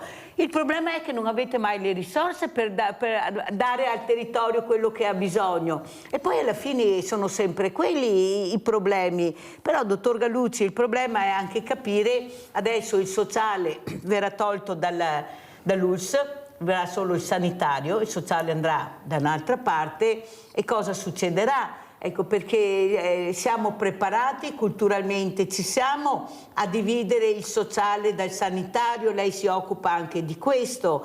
Ecco, com'è la situazione? Cosa vede lei, dottor Gallucci? Ma sanitario e sociale hanno delle aree di sovrapposizione.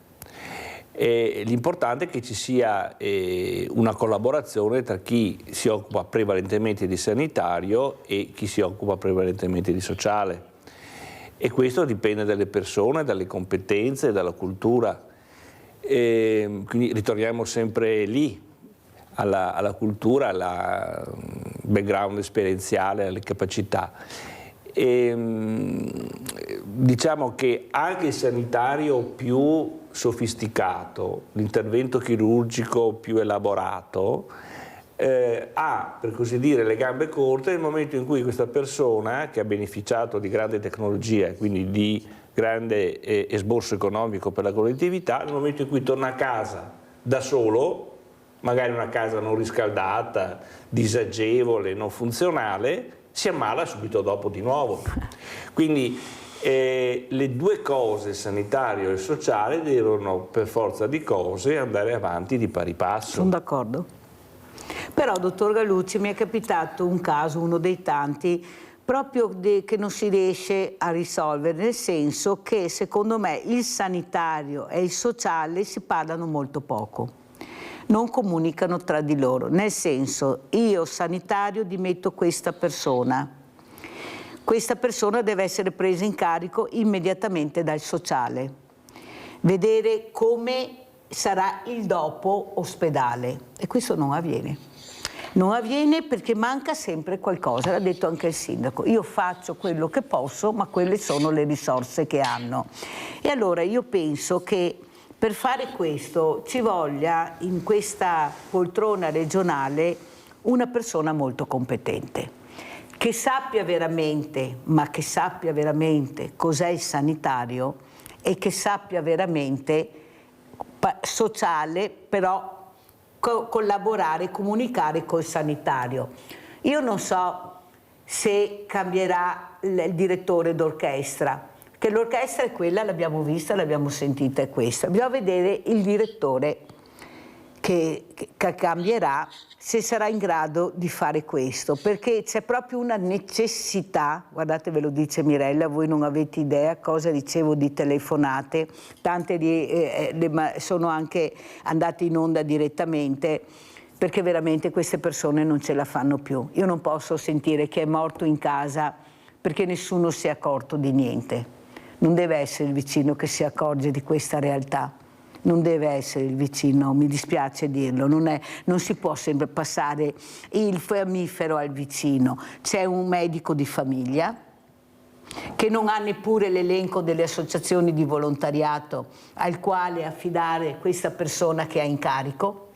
Me l'hanno detto loro, erano qua, la segretaria del FIMG, la dottoressa Barcati, ha detto: ha ragione Mirella, noi dovremmo avere un elenco, nel momento che arriva questa persona sappiamo a chi rivolgerci, perché questa fragilità, sindaco, non ha solo bisogno di un'associazione, ha bisogno di tante associazioni, chi porta la spesa, chi lo porta a prendere le medicine, chi lo porta a fare la visita. queste persone molte volte non hanno una lira per fare questo, il trasporto costa, ma come? Se abbiamo le associazioni di volontariato, è volontario o è una cooperativa? Vogliamo capire chi sono e chi può andare a prendere queste persone. Perché si fa così fatica a collaborare, sindaco? Perché non c'è questa realtà che unisce? Perché forse divide e ti impera fa bene alla politica?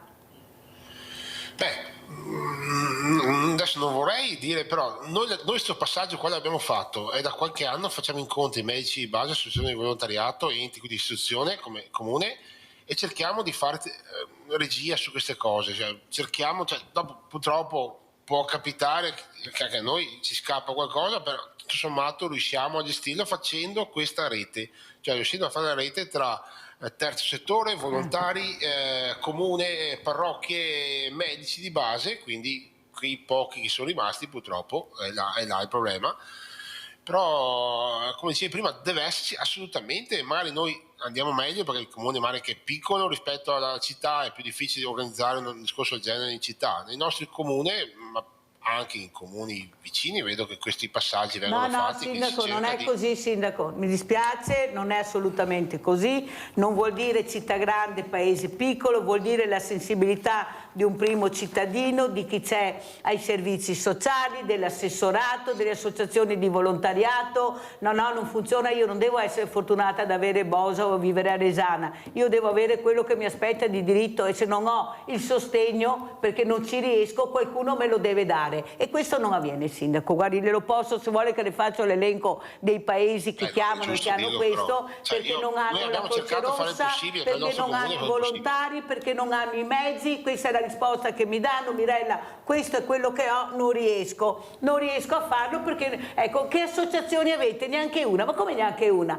No, abbiamo solo la Croce Rossa. Sì, ma la Croce Rossa non può fare tutto, e oltretutto è anche a pagamento, perché se non fai tutto l'incartamento necessario per il trasporto te lo devi pagare, e se non ho un'associazione di volontariato che fa questo, questa persona rimane a casa. Caro sindaco, non funziona così. Ecco, ditelo anche voi, visto che vi riunite tra comuni, di risolvere questi problemi, perché io non devo essere fortunato, io devo avere quello che mi aspetta di diritto, e nella carta c'è, ma nella realtà non c'è. Mirella da Riese Pio-X. Vai Mirella. Ciao Mirella, buongiorno ai suoi ospiti. Allora, guarda, è 3 mesi che vado a fare una visita per gli occhi là, il controllo, perché sono stata operata alla catarata là, su tutti e 2 gli occhi.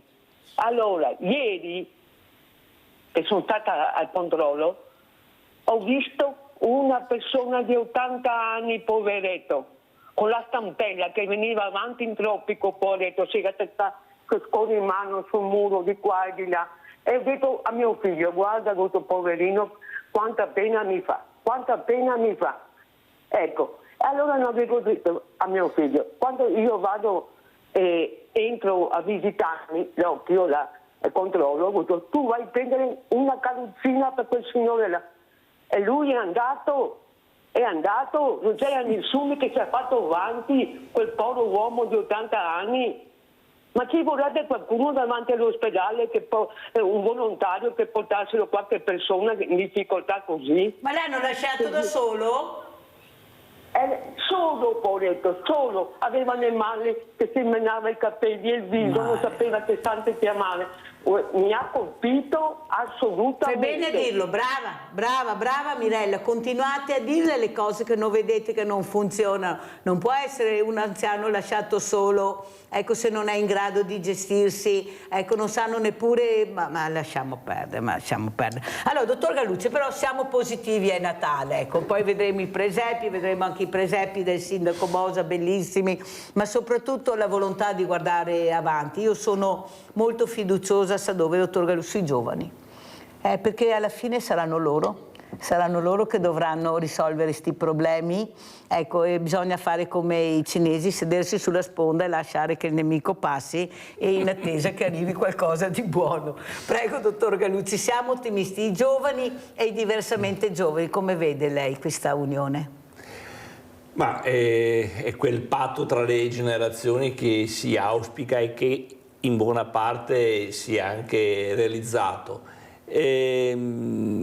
L'importante è che appunto i giovani abbiano la percezione delle difficoltà dei diversamente giovani e sappiano, diciamo, affiancarsi e anche imparare.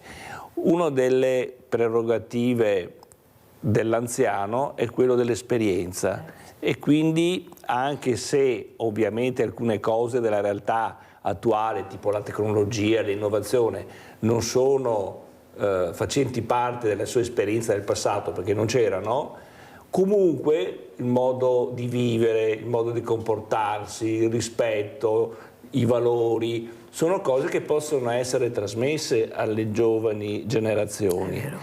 E io ho incontrato così nella mia vita di tutti i giorni, anche a livello ambulatoriale, ma anche in altri contesti, delle persone che anche a livello artigianale, eccetera, hanno avuto dei successi, e chiedendo ma come ha cominciato? E io ho seguito mio nonno. Ho imparato da mio nonno. Io seguivo mio nonno nei campi e lui mi ha insegnato tutto dell'agricoltura. Il nonno. E quindi anche in altri ambiti lavorativi, cioè il valore dell'anziano che trasmette cultura, trasmette operosità, saper fare, sapienza, esatto, sapienza ai nipoti, i quali imparano e fanno tesoro di quello che il nonno Invece ha cosa detto. abbiamo fatto? Noi abbiamo aperto l'RSA, sai che dico sempre che il Sud è più rispettoso di questa figura, ci sono pochissime RSA al Sud, pochissime, si tengono a casa la persona diversamente giovani, i nonni, li rispettano molto. Ecco, quello che qua manca, non tutti fanno questo, lo devo dire la verità. Io l'altro giorno proprio al Banco Solidale ho chiamato dei figli, ho detto ma scusate, ma sta mamma, ma avete visto com'è, in che condizioni è? Ma l'avete vista? Cioè capite che non ci siamo proprio, e siamo sempre questioni, io sono fortunata ad avere quei figli, ma se non ho quei figli chi è che deve intervenire? Chi è che deve intervenire? Là è il problema grande che abbiamo. Allora andiamo a vedere questa coabitazione giovani-anziani, poi sentiamo cosa ne pensa anche il sindaco Bosa. Andiamo a Venezia.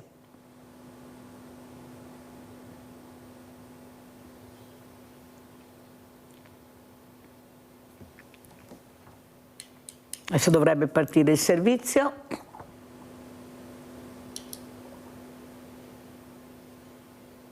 In 10 anni Venezia ha perso il 13% dei residenti tra overtourism, affitti inaccessibili, appartamenti lasciati vuoti. Il rischio è una città senza abitanti. Il progetto dal nome Abitare le generazioni, presente sulla piattaforma dedicata al social housing, punta a invertire la rotta. Coabitazione tra giovani, studenti e pensionati, alloggi a prezzi equi e un modello di convivenza solidale che prova a restituire quotidianità ai quartieri anche della terraferma, favorendo nuove forme di convivenza. E quindi attraverso l'inserimento di dati nella piattaforma riusciremo a mettere insieme le persone che saranno compatibili per poter convivere eventualmente nella stessa casa oppure per avere la possibilità di avere uno spazio a disposizione. Un'idea di CISL Venezia con pensionati, sindacato inquilini Casa e Territorio, l'Associazione Universitaria Futura e Polis Venezia di Ca' Foscari, presente sulla piattaforma a questo indirizzo cislvenezia.it/abitare-le-generazioni, dove si può compilare il questionario per la domanda o l'offerta di stanza o alloggio. Quindi non solo questo progetto risponde a un'esigenza pratica, quindi quella di avere un alloggio accessibile, ma anche ad un'esigenza sociale, che è quella della ricostituzione del tessuto sociale cittadino attraverso una rete solidale e intergenerazionale. L'obiettivo è semplice e ambizioso: riportare luce alle finestre e voce alle calli, perché una città senza chi la vive è solo un museo a cielo aperto o, come diceva il critico d'arte Philippe Daverio, un turistodromo. Progetti di questo tipo che optano per l'innovazione anche sul tema abitativo e su un mercato immobiliare complicato come quello che conosciamo, diciamo che pone gli studenti in modo centrale. Sono belli i nostri ragazzi, non abbiate paura dei nostri ragazzi, non guardate sempre quello che fanno vedere, questi lati negativi, questi messaggi veramente devastanti di questi giovani cattivissimi. No, sono questi i nostri ragazzi che non ve li fanno vedere, che si stanno anche muovendo per dare un aiuto. Cosa pensa, Sindaco, anche nei paesi, nelle campagne, cercare di intercettare questi diversamente giovani, magari affiancarli con qualche figura giovane, visto gli affitti e la richiesta di case che ci sono? Prego, Sindaco. Risolveremo due problemi, perché c'è il problema casa per i giovani, il problema di avere un'assistenza per i meno giovani. Il problema è, si torna al discorso di prima, c'è da convincere chi ha una certa età a condividere un modo di vivere. Cioè, ho provato anch'io, anche nel nostro comune, qualche anziano solo che magari aveva una casa grande, aveva disponibilità, abbiamo provato, magari avevamo delle famiglie invece giovani senza casa. Abbiamo cercato un po' di dire, combinarli, tra virgolette, nel senso, mettiamoci d'accordo, vivete assieme, accudite l'anziano, ma non è semplice.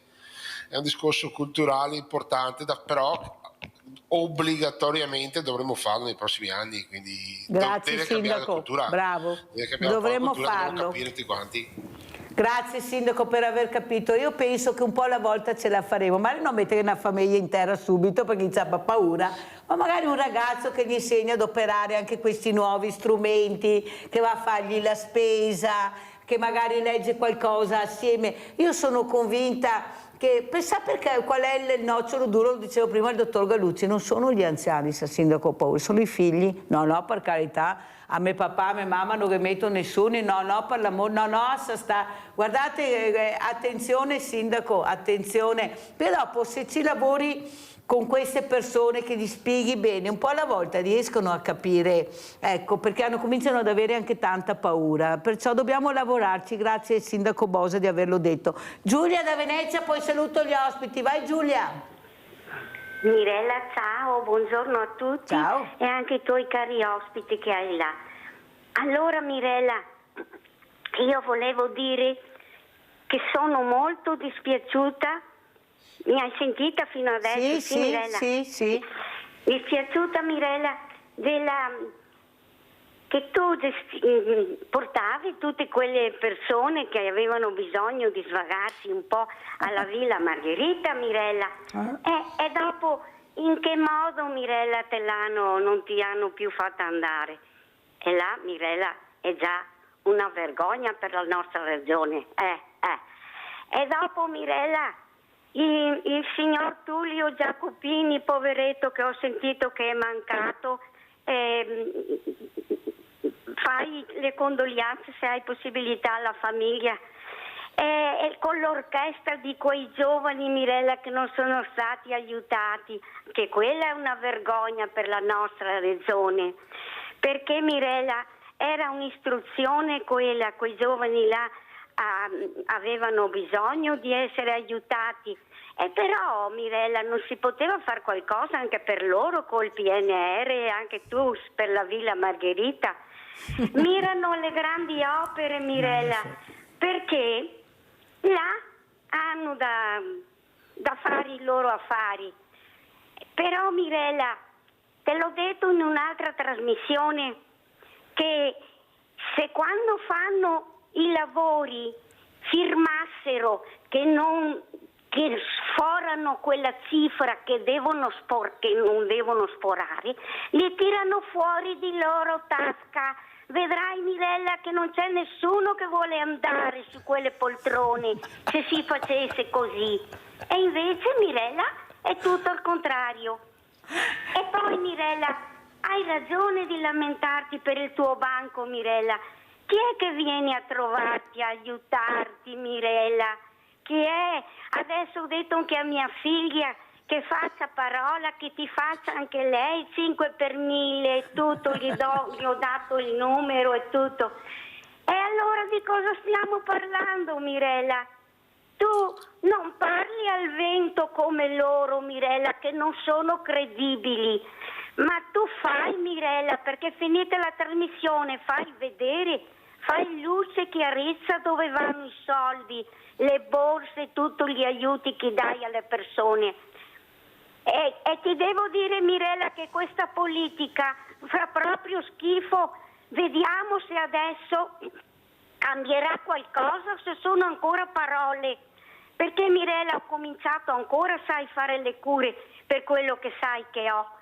Però mi devo pagare tutto, Mirella. Pensa che 6 fiale di calcio costano 50 euro. Poi devo fare le terapie a pagamento. Ce n'è una che costa 30 euro, un giorno sì, un giorno no. È tutto a pagamento, Mirella, perché non ti aiutano di niente. E allora, Mirella, almeno si vede quello che fai tu, Mirella. Ti voglio tanto bene, Mirella, per tutto quello che fai. Aiuta, Mirella, aiuta, che vedrai che poi te lo troverai il bene che fai, cara Mirella. Vi saluto io faccio il tutti, bene, ma siete voi la mia benzina. Se non ho la benzina io non vado mica da nessuna parte, sarò anche il motore, ma se non ho la benzina sto motore si ferma. No, vedi Giulia, una cosa che dico anche al sindaco Bosa, ecco, il rispetto per le persone che fanno, sindaco, ecco, è questo, perché lo dicevo anche prima, sindaco, una persona può essere simpatica, antipatica, non cambia niente. Il problema è che tu devi guardare quello che ha seminato, quello che ha prodotto, quello che sta cercando di fare. E non è possibile continuare a far pagare il mondo del volontariato. E sindaco, lei lo sa, noi giriamo col commercialista, dobbiamo pagare per fare i volontari. Ecco, questo lo trovo scandaloso nel vero senso della parola. Adesso siamo ancora più responsabili noi presidenti delle associazioni che abbiamo, ci hanno ancora responsabilizzato di più, dove noi nel mondo del volontariato abbiamo messo la pezza, specialmente nella pandemia, rischiando la pelle, perché andavamo nelle case a portare le borse della spesa, a cercare di vedere come stavano le persone, e questo è il risultato, che giriamo col commercialista, col revisore dei conti, paghiamo per fare i volontari, dobbiamo fare gli stage. Ma dove vuoi mandare un volontario di 80 anni a fare gli stage perché dà la borsa della spesa? La sicurezza, ma c'è chi farà la sicurezza e chi farà qualcos'altro. Ma perché questo grande minestrone? Io lo dirò a Alberto Stefani, qui dobbiamo decidere e capire chi fa cosa e come aiutare e fare squadra, metterci assieme, perché i tempi saranno durissimi, o sbaglio, sindaco? Sì, negli ultimi tempi il volontariato, purtroppo, dico io, è stato assillato da una riforma che sta diventando agli stessi adempimenti, si obbliga un'impresa, e non può essere. Lo vedo anch'io, seguendo associazioni, gruppi, hanno una serie di adempimenti, parlavi tu prima di sicurezza, corsi da fare, adempimenti, privacy, antiriciclaggio, tutto quello che c'è, che cioè, un'impresa però ha un fine di lucro, un volontariato non ha fine di lucro, quindi secondo me devono un po' tornare indietro, perché effettivamente... Sa che mi è venuto un dubbio, sindaco Bosa, che sa che pensare male si fa peccato ma ci si azzecca, che stanno cercando di eliminare una parte di volontariato.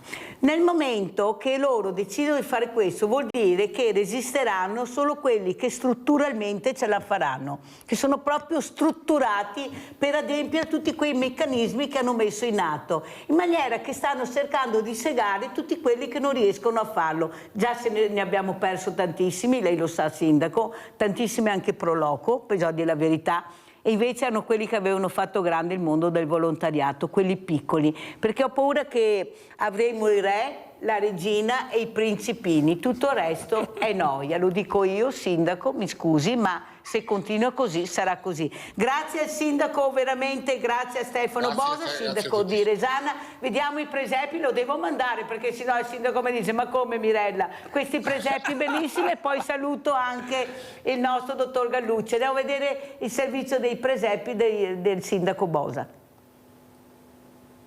Eccola qua, mostra internazionale dei presepi. Perché questa mostra, sindaco? Questi sono i valori, le tradizioni, prego. Beh, è una mostra che ha 32esima edizione, fondata dal maestro Alfonso Pozzebon, che purtroppo è mancato ricordiamo quest'anno. È mancato, però sicuramente lo conoscevi, un gran personaggio, nominato al Cavaliere al Merito della Repubblica, e centinaia di presepi che arrivano da tutto il mondo a San Marco di Resana, quindi la frazione di San Marco. Il nostro comune è conosciuto come il comune dei presepi, vogliamo diventarlo sempre di più, e quindi vi aspettiamo. L'inaugurazione è domenica 14 dicembre alle ore 16 con il concerto del coro di San Marco, e ci sarà questa inaugurazione della mostra dei presepi che poi durerà tutto il periodo natalizio fino a fine gennaio, quindi a San Marco, vi aspettiamo tutti quanti, ripeto, è una mostra da vedere, ingresso gratuito, attenzione, non c'è un biglietto a pagare, non c'è niente, si diverte, consigliata in particolare anche con i bambini che sicuramente vedono qualcosa di bello che fa Natale. E abbiamo ricordato anche questa figura mitica, Pozzobon, che ho avuto molte volte ospiti, che mi portava sempre il presepe a Natale, ecco, lo mettevo qui sul tavolo e rimaneva fino all'Epifania, perciò avete visto che abbiamo fatto bene a ricordare anche questa mostra, anche per ricordare Alfonso Pozzobon. Grazie. Dottor Gallucci, come ci saluta? Con i migliori auguri di buon Natale a Mirella e a tutti i telespettatori della sua trasmissione. Grazie, grazie anche al dottor Gallucci di essere stato con noi, il dottor Maurizio Gallucci, neurogeriatra. Grazie, grazie, pubblicità.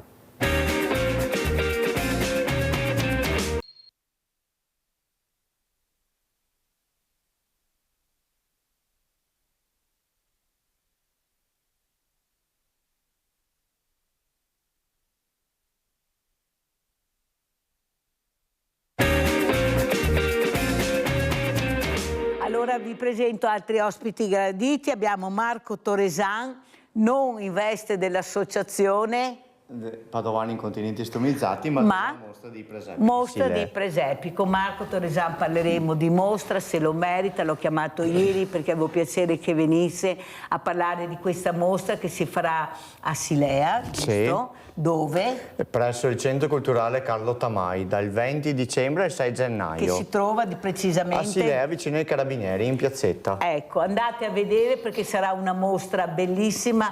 Marco ha portato anche questo presepio che adesso inquadreremo.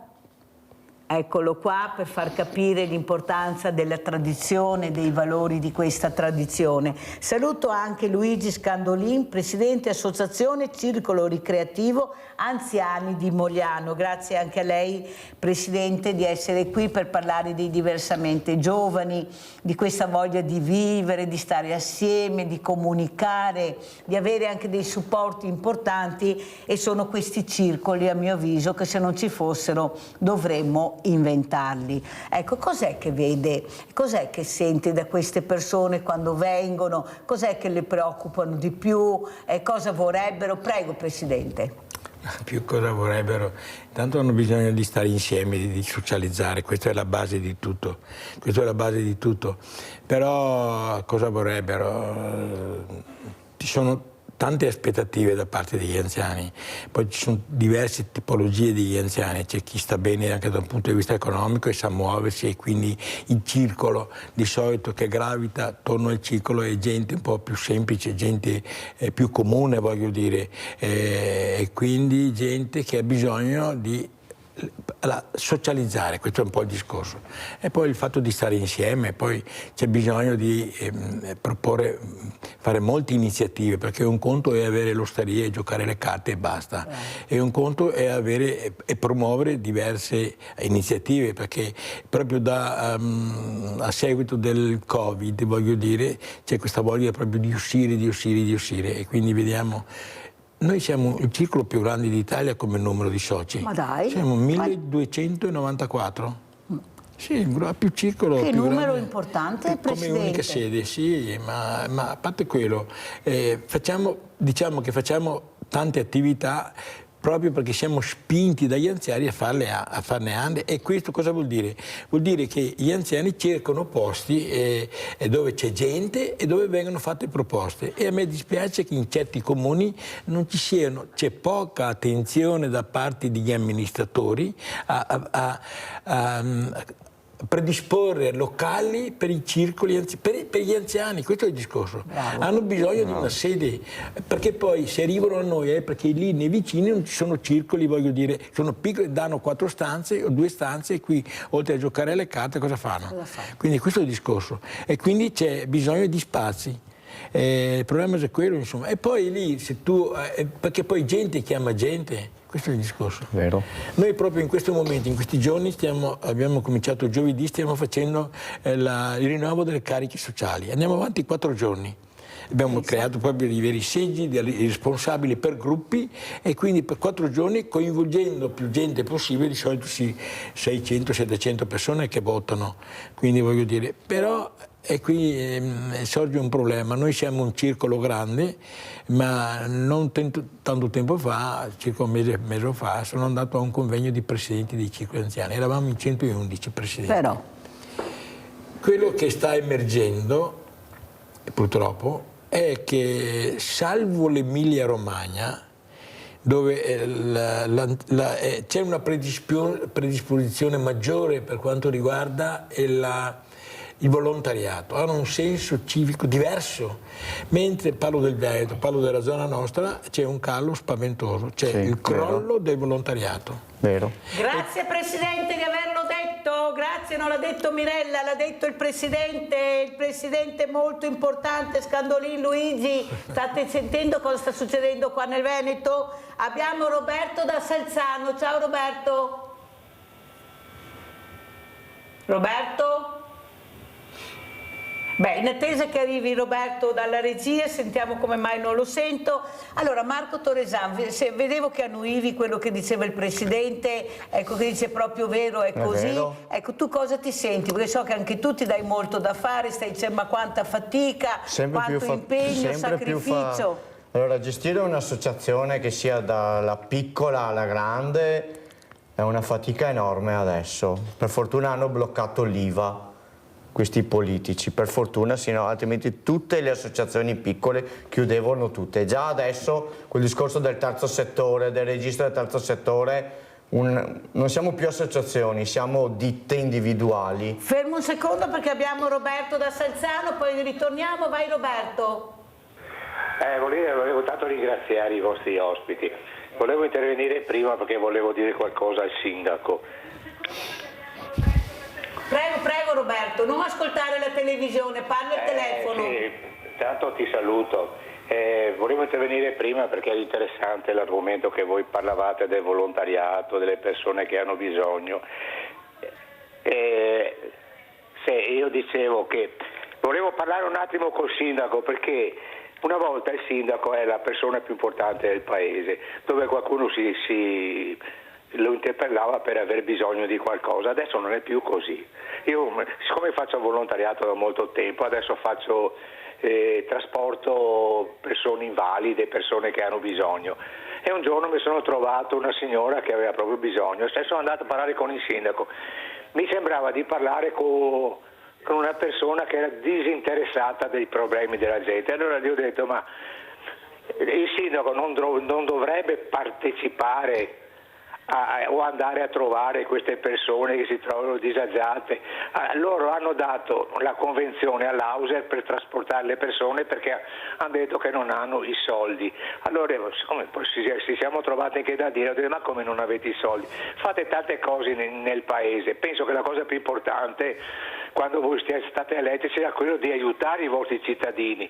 È stato un po' perplesso, sì è vero, ma le risposte sono sempre quelle, non c'è una soluzione, ha capito? Ossia i sindaci avrebbero avrebbero la possibilità di protestare, ma nessuno protesta, perché gli interessa più che altro la politica che la salute della gente, perché le strade le fanno, le costruzioni vengano fatte, ma le volevo dire, poi finisco, che quando si stava peggio, si stava meglio, perché io le faccio un piccolo esempio culturalmente stiamo andando verso qualcosa che non funziona più. Avevo il mio medico di famiglia e mio papà aveva un problema al cuore. Sai cosa mi ha risposto il mio medico una volta quando ho portato il mio papà al pronto soccorso? Mi ha rimproverato perché ha detto: io sono il tuo medico, anche se di notte il papà ha bisogno, devi chiamare me. Ma dove sono questi dottori? Non ci sono più. Grazie Roberto, non ho più tempo, se no non ce la faccio con gli altri ospiti. Allora terminiamo con Marco Torresan, poi andiamo dal Presidente per commentare la telefonata di Roberto. Prego Marco. Beh, allora ritorniamo prima che gestire un'associazione adesso è un macello. Ti occupa metà tempo di quello che prima, tantissimo tempo. Quel discorso del terzo settore, adesso siamo obbligati a bilanci, fatture, un casino che noi piccole associazioni non ce lo possiamo permettere. Per fortuna che ci sono i centri servizi e volontariato che in qualche modo ci aiutano. Però io dico che i politici di adesso non gli interessa le associazioni. Presidente, come commenta la telefonata di Roberto e quello che ha detto anche Marco? Ci sono sindaci e sindaci, quello che sto scoprendo è che c'è una povertà strisciante. Allora io ho gente che mi viene a chiedere, perché prima il 25 avevano finito la pensione, quindi davo già qualcosa che poi mi ritornavano, poi al 20, adesso diciamo che al 20 la pensione non basta più e quindi c'è una povertà strisciante. Dopo ci sono delle situazioni di gente che per esempio viene etichettata già, come si dice, un disperato, che quindi non vale la pena di sostenerlo, perché deve venirne fuori. Una volta si diceva, bisogna che, scusate il termine, deve andare in merda e dopodiché tu dai una mano per venire fuori. Vero. Però a volte ci sono delle situazioni, adesso parlo per me perché è l'esperienza che ho io, che sono veramente drammatiche e anche se vanno non c'è il sostegno poi. Vero, perché non c'è il sostegno, non è possibile che uno la sera non sappia dove andare a dormire, non sa, e devi dare 10 euro, 20 euro per dormire o un cappotto per dormire sotto una galleria. Perché anche tutto chiuso abbiamo, tutto chiuso a chiave, dove potremmo anche nelle istituzioni dove dici anche le parrocchie, devi arrangiarti col comune. Il comune se è venerdì, sabato, domenica che è chiuso, voglio dire, non c'è questa risposta immediata, questo voglio dire. Quindi alla fine, per dire, torniamo al discorso di Marco, della burocrazia. Quando io adesso stiamo facendo le consultazioni, allora sono 1294 che ho detto prima, 14 che si sono candidati, 14. 1294. Perché? Perché quando si parla di volontariato, non c'è il volontariato come io vengo oggi, se posso venire, poi non so quando posso venire. Quindi questo non è un volontariato, parlo del circolo nostro, noi siamo aperti dalle 7 alla mattina abbiamo la gente che viene, fino a mezzogiorno, poi dalle 2:30 fino alle 6:30. Poi abbiamo conferenze alla sera, noi abbiamo anche dei grandi spazi. E chi vede tutte queste cose che fate? C'è la gente che vede sta roba. Ma dopo fuori, diciamo, passa questo messaggio. Sì, allora noi adesso abbiamo fatto gli ultimi 4 sabati, avevamo 4 gruppi di medici da 4 che facevano le iniezioni. E quindi voglio dire del Covid, ma anche quello dell'antinfluenzale, quindi la gente conosce il nostro circolo, ecco perché a volte abbiamo anche così tanta gente, perché è conosciuto, ma perché facciamo il supporto amministrativo da parte del comune? No, diciamo che l'amministrazione è anche attenta, perché bisogna riconoscere, e riconosco anche che hai difficoltà a amministrare, perché questi sono i soldi. Perché adesso io stiamo facendo dei lavori, stiamo finanziando noi come circolo, voglio dire, lavori che non dico che spetterebbero, però sono della struttura, ha capito il discorso, ma siccome non ci sono, si capisce che non c'è soldi, allora pur di risolvere paghiamo intanto noi altri. No, ma questo è normale, però torniamo al discorso delle responsabilità che lui sollevava.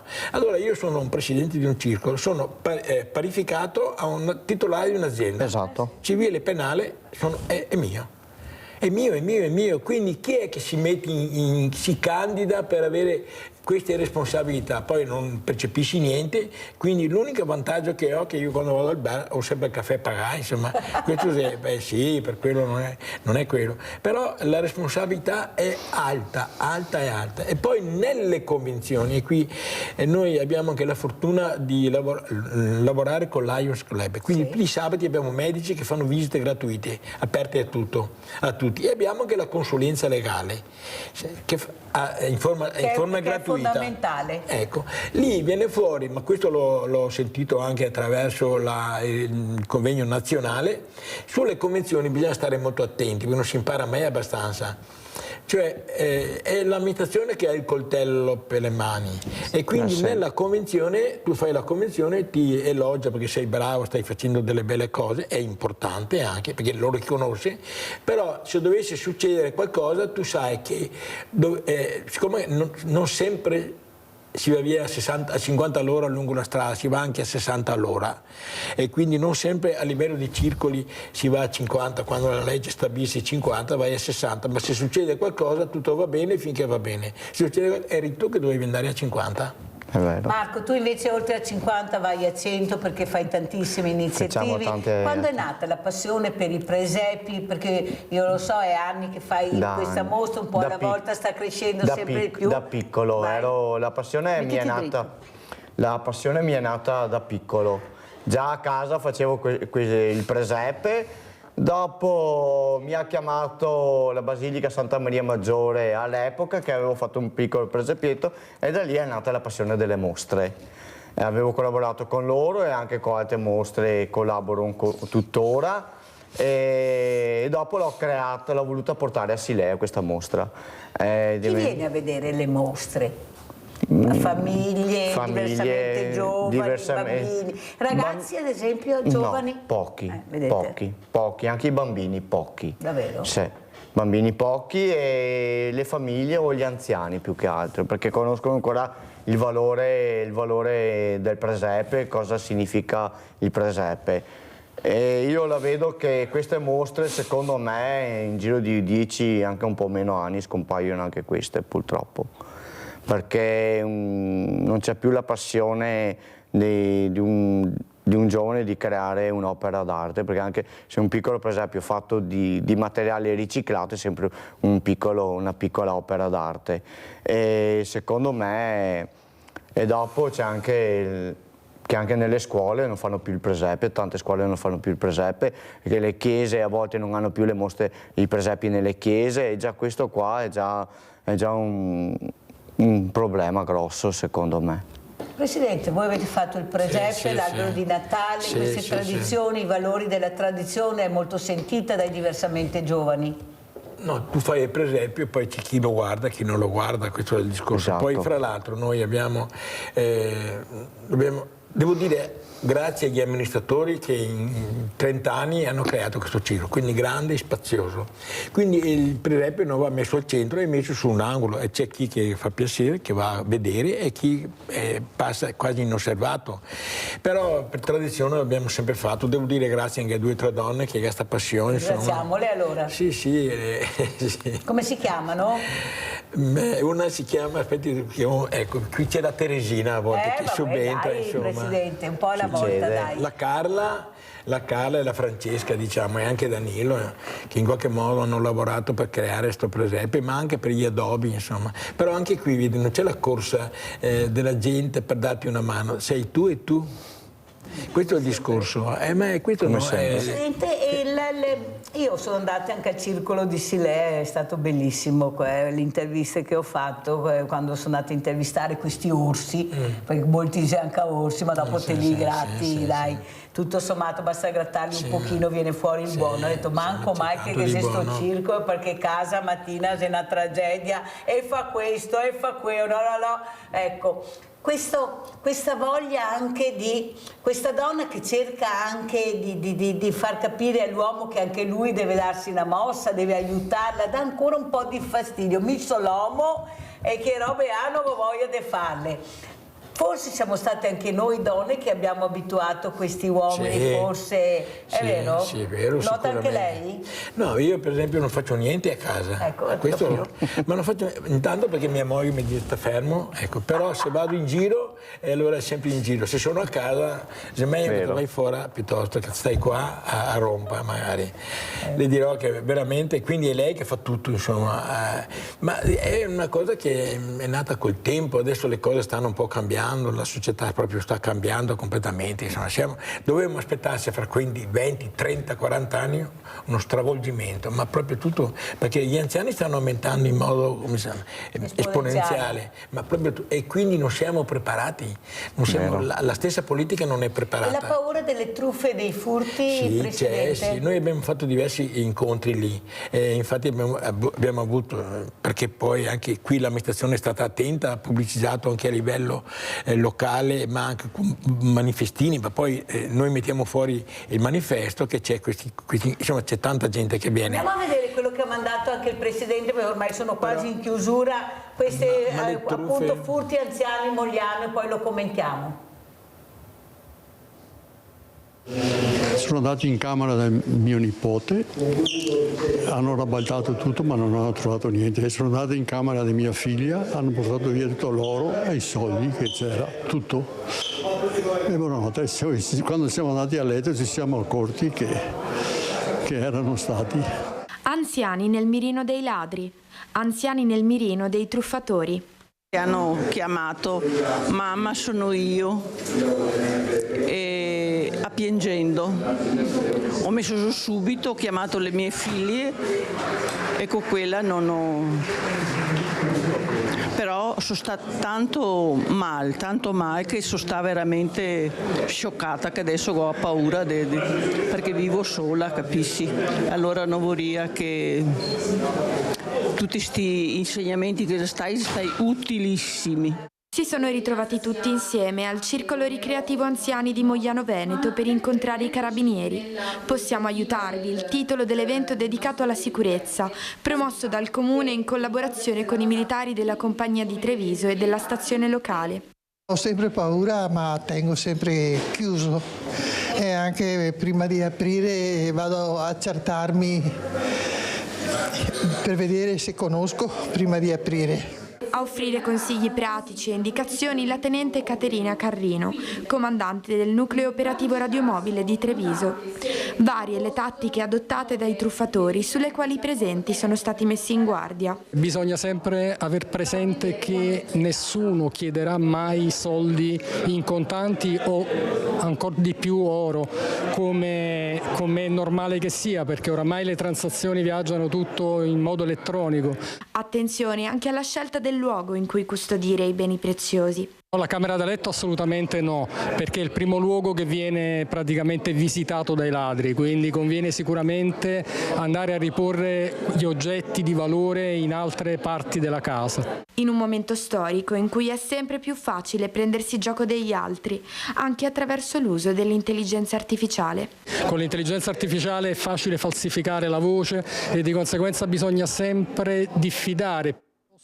Allora, poi salutiamo il Presidente, che ringrazio, Luigi Scandolini, abbiamo visto anche il circolo che parlava prima. Marco, allora ripetiamo questa mostra, quando sarà, dove e a che le ore di apertura? Allora, la mostra di presepi e di Silea viene svolta presso il Centro Culturale Carlo Tamai dal 20 dicembre al 6 gennaio, aperta tutti i giorni dalle 9:30, 12:30, 15:30, 19:30. Entrata libera? È entrata libera. Cosa hai portato? Vedo che hai un regalino, qui ho portato un piccolo pensierino. Guarda, per la Mirella, che è tanto gentile. Vedete la sensibilità. Al Banco Provinciale che arriva politica non arriva mai niente, qua arriva i regaletti, no? Tanto per far capire come che aggira in Italia con la politica e la sensibilità. Presidente, come ci saluta? Niente, augurando a tutti un buon Natale, insomma, e che il prossimo anno sia un anno con meno guerra, che non ci sia più la guerra, che si raggiunga la pace, insomma, di stare un po' bene, insomma, di essere un po' più sereni, insomma. E al circolo che saluti manda il circolo anziano? No, andiamo avanti, saremo un circolo vincente, siamo un circolo vincente, dobbiamo andare avanti così. Però ci deve essere una partecipazione maggiore dei soci, no? Non è una trattoria dove uno viene, beve il vino, gioca le carte, legge il giornale e poi va via. Siamo un'associazione, quindi dobbiamo darci... Manca il senso dell'associazionismo. Vero. Ha fatto bene a dirlo, perché siamo sempre i soliti che lavorano, è vero Presidente? Ma fatalità, sempre i soliti che gira, che fa, che briga, poi dicono delega, si trova chi che te da delegare. Comunque io la ringrazio, veramente le faccio i complimenti per la grinta che ha, Presidente, continui così e vedrà che i soci arriveranno a fare qualcosa in più, però bisogna anche stimolarli, obbligarli a fare qualcosa, perché da soli sennò non si muovono, perché sei pigri. Grazie, io dico veramente grazie a tutti i miei ospiti di questa mattina, grazie a voi a casa anche per il supporto questa mattina che mi avete dato, e adesso naturalmente andiamo a vedere l'assegno di Mirella, che è il vostro assegno. Ciao, grazie, buon fine settimana, buone feste, noi ci vedremo martedì. Ciao grande famiglia di Veneti Schiacciati, oggi siamo a Treviso e stiamo per incontrare una famiglia che voi conoscete già, che è venuta in trasmissione e anche questa ha chiesto il vostro aiuto. Andiamo. Buongiorno, permesso. Ciao Vittorio, ciao Claudia. Ciao cara. Allora, eccoci qua, grande famiglia, qui c'è Claudia, qui c'è Vittorio, che voi avete conosciuto, in trasmissione c'era anche suo figlio Daniel, che salutiamo. Come va? Non va molto bene. Si tira a campare male, perché quel poco che avevamo a seconda settimana del mese bisogna mangiare poco per tirare avanti fino alla fine. Però tu, Vittorio, ti sei commosso quella sera Tanto. perché hai detto mio figlio e mia moglie non stanno bene, però non erano quanto i farmaci. È questa preoccupazione che hai per tuo figlio e lui non riesce a vederci chiaro, cioè vede che tu non ce la fai, la mamma è in depressione, cioè questa cosa nuoce tanto ai ragazzi. Questo è l'assegno, Claudia, che la grande famiglia di Veneti Schiacciati ha deciso di darti per aiutarti. Cosa vuoi dire, Claudia? Voglio dire grazie a tutta Rezza Veneta e soprattutto alla Mirella, che mi è sempre stata vicina quando avevo bisogno. E tu, Vittorio, cosa vuoi dire? Posso ringraziare tutti quelli che mi stanno vicino e anche la Mirella, perché la Mirella è una persona bravissima. No, guarda che sono bravi gli altri, Vittorio. Va bene, allora diamo merito anche a tutti gli altri. Caro Vittorio, vai. Vittorio! Fai un bel abbraccio a Sedura. Quanto dura è? Tanto.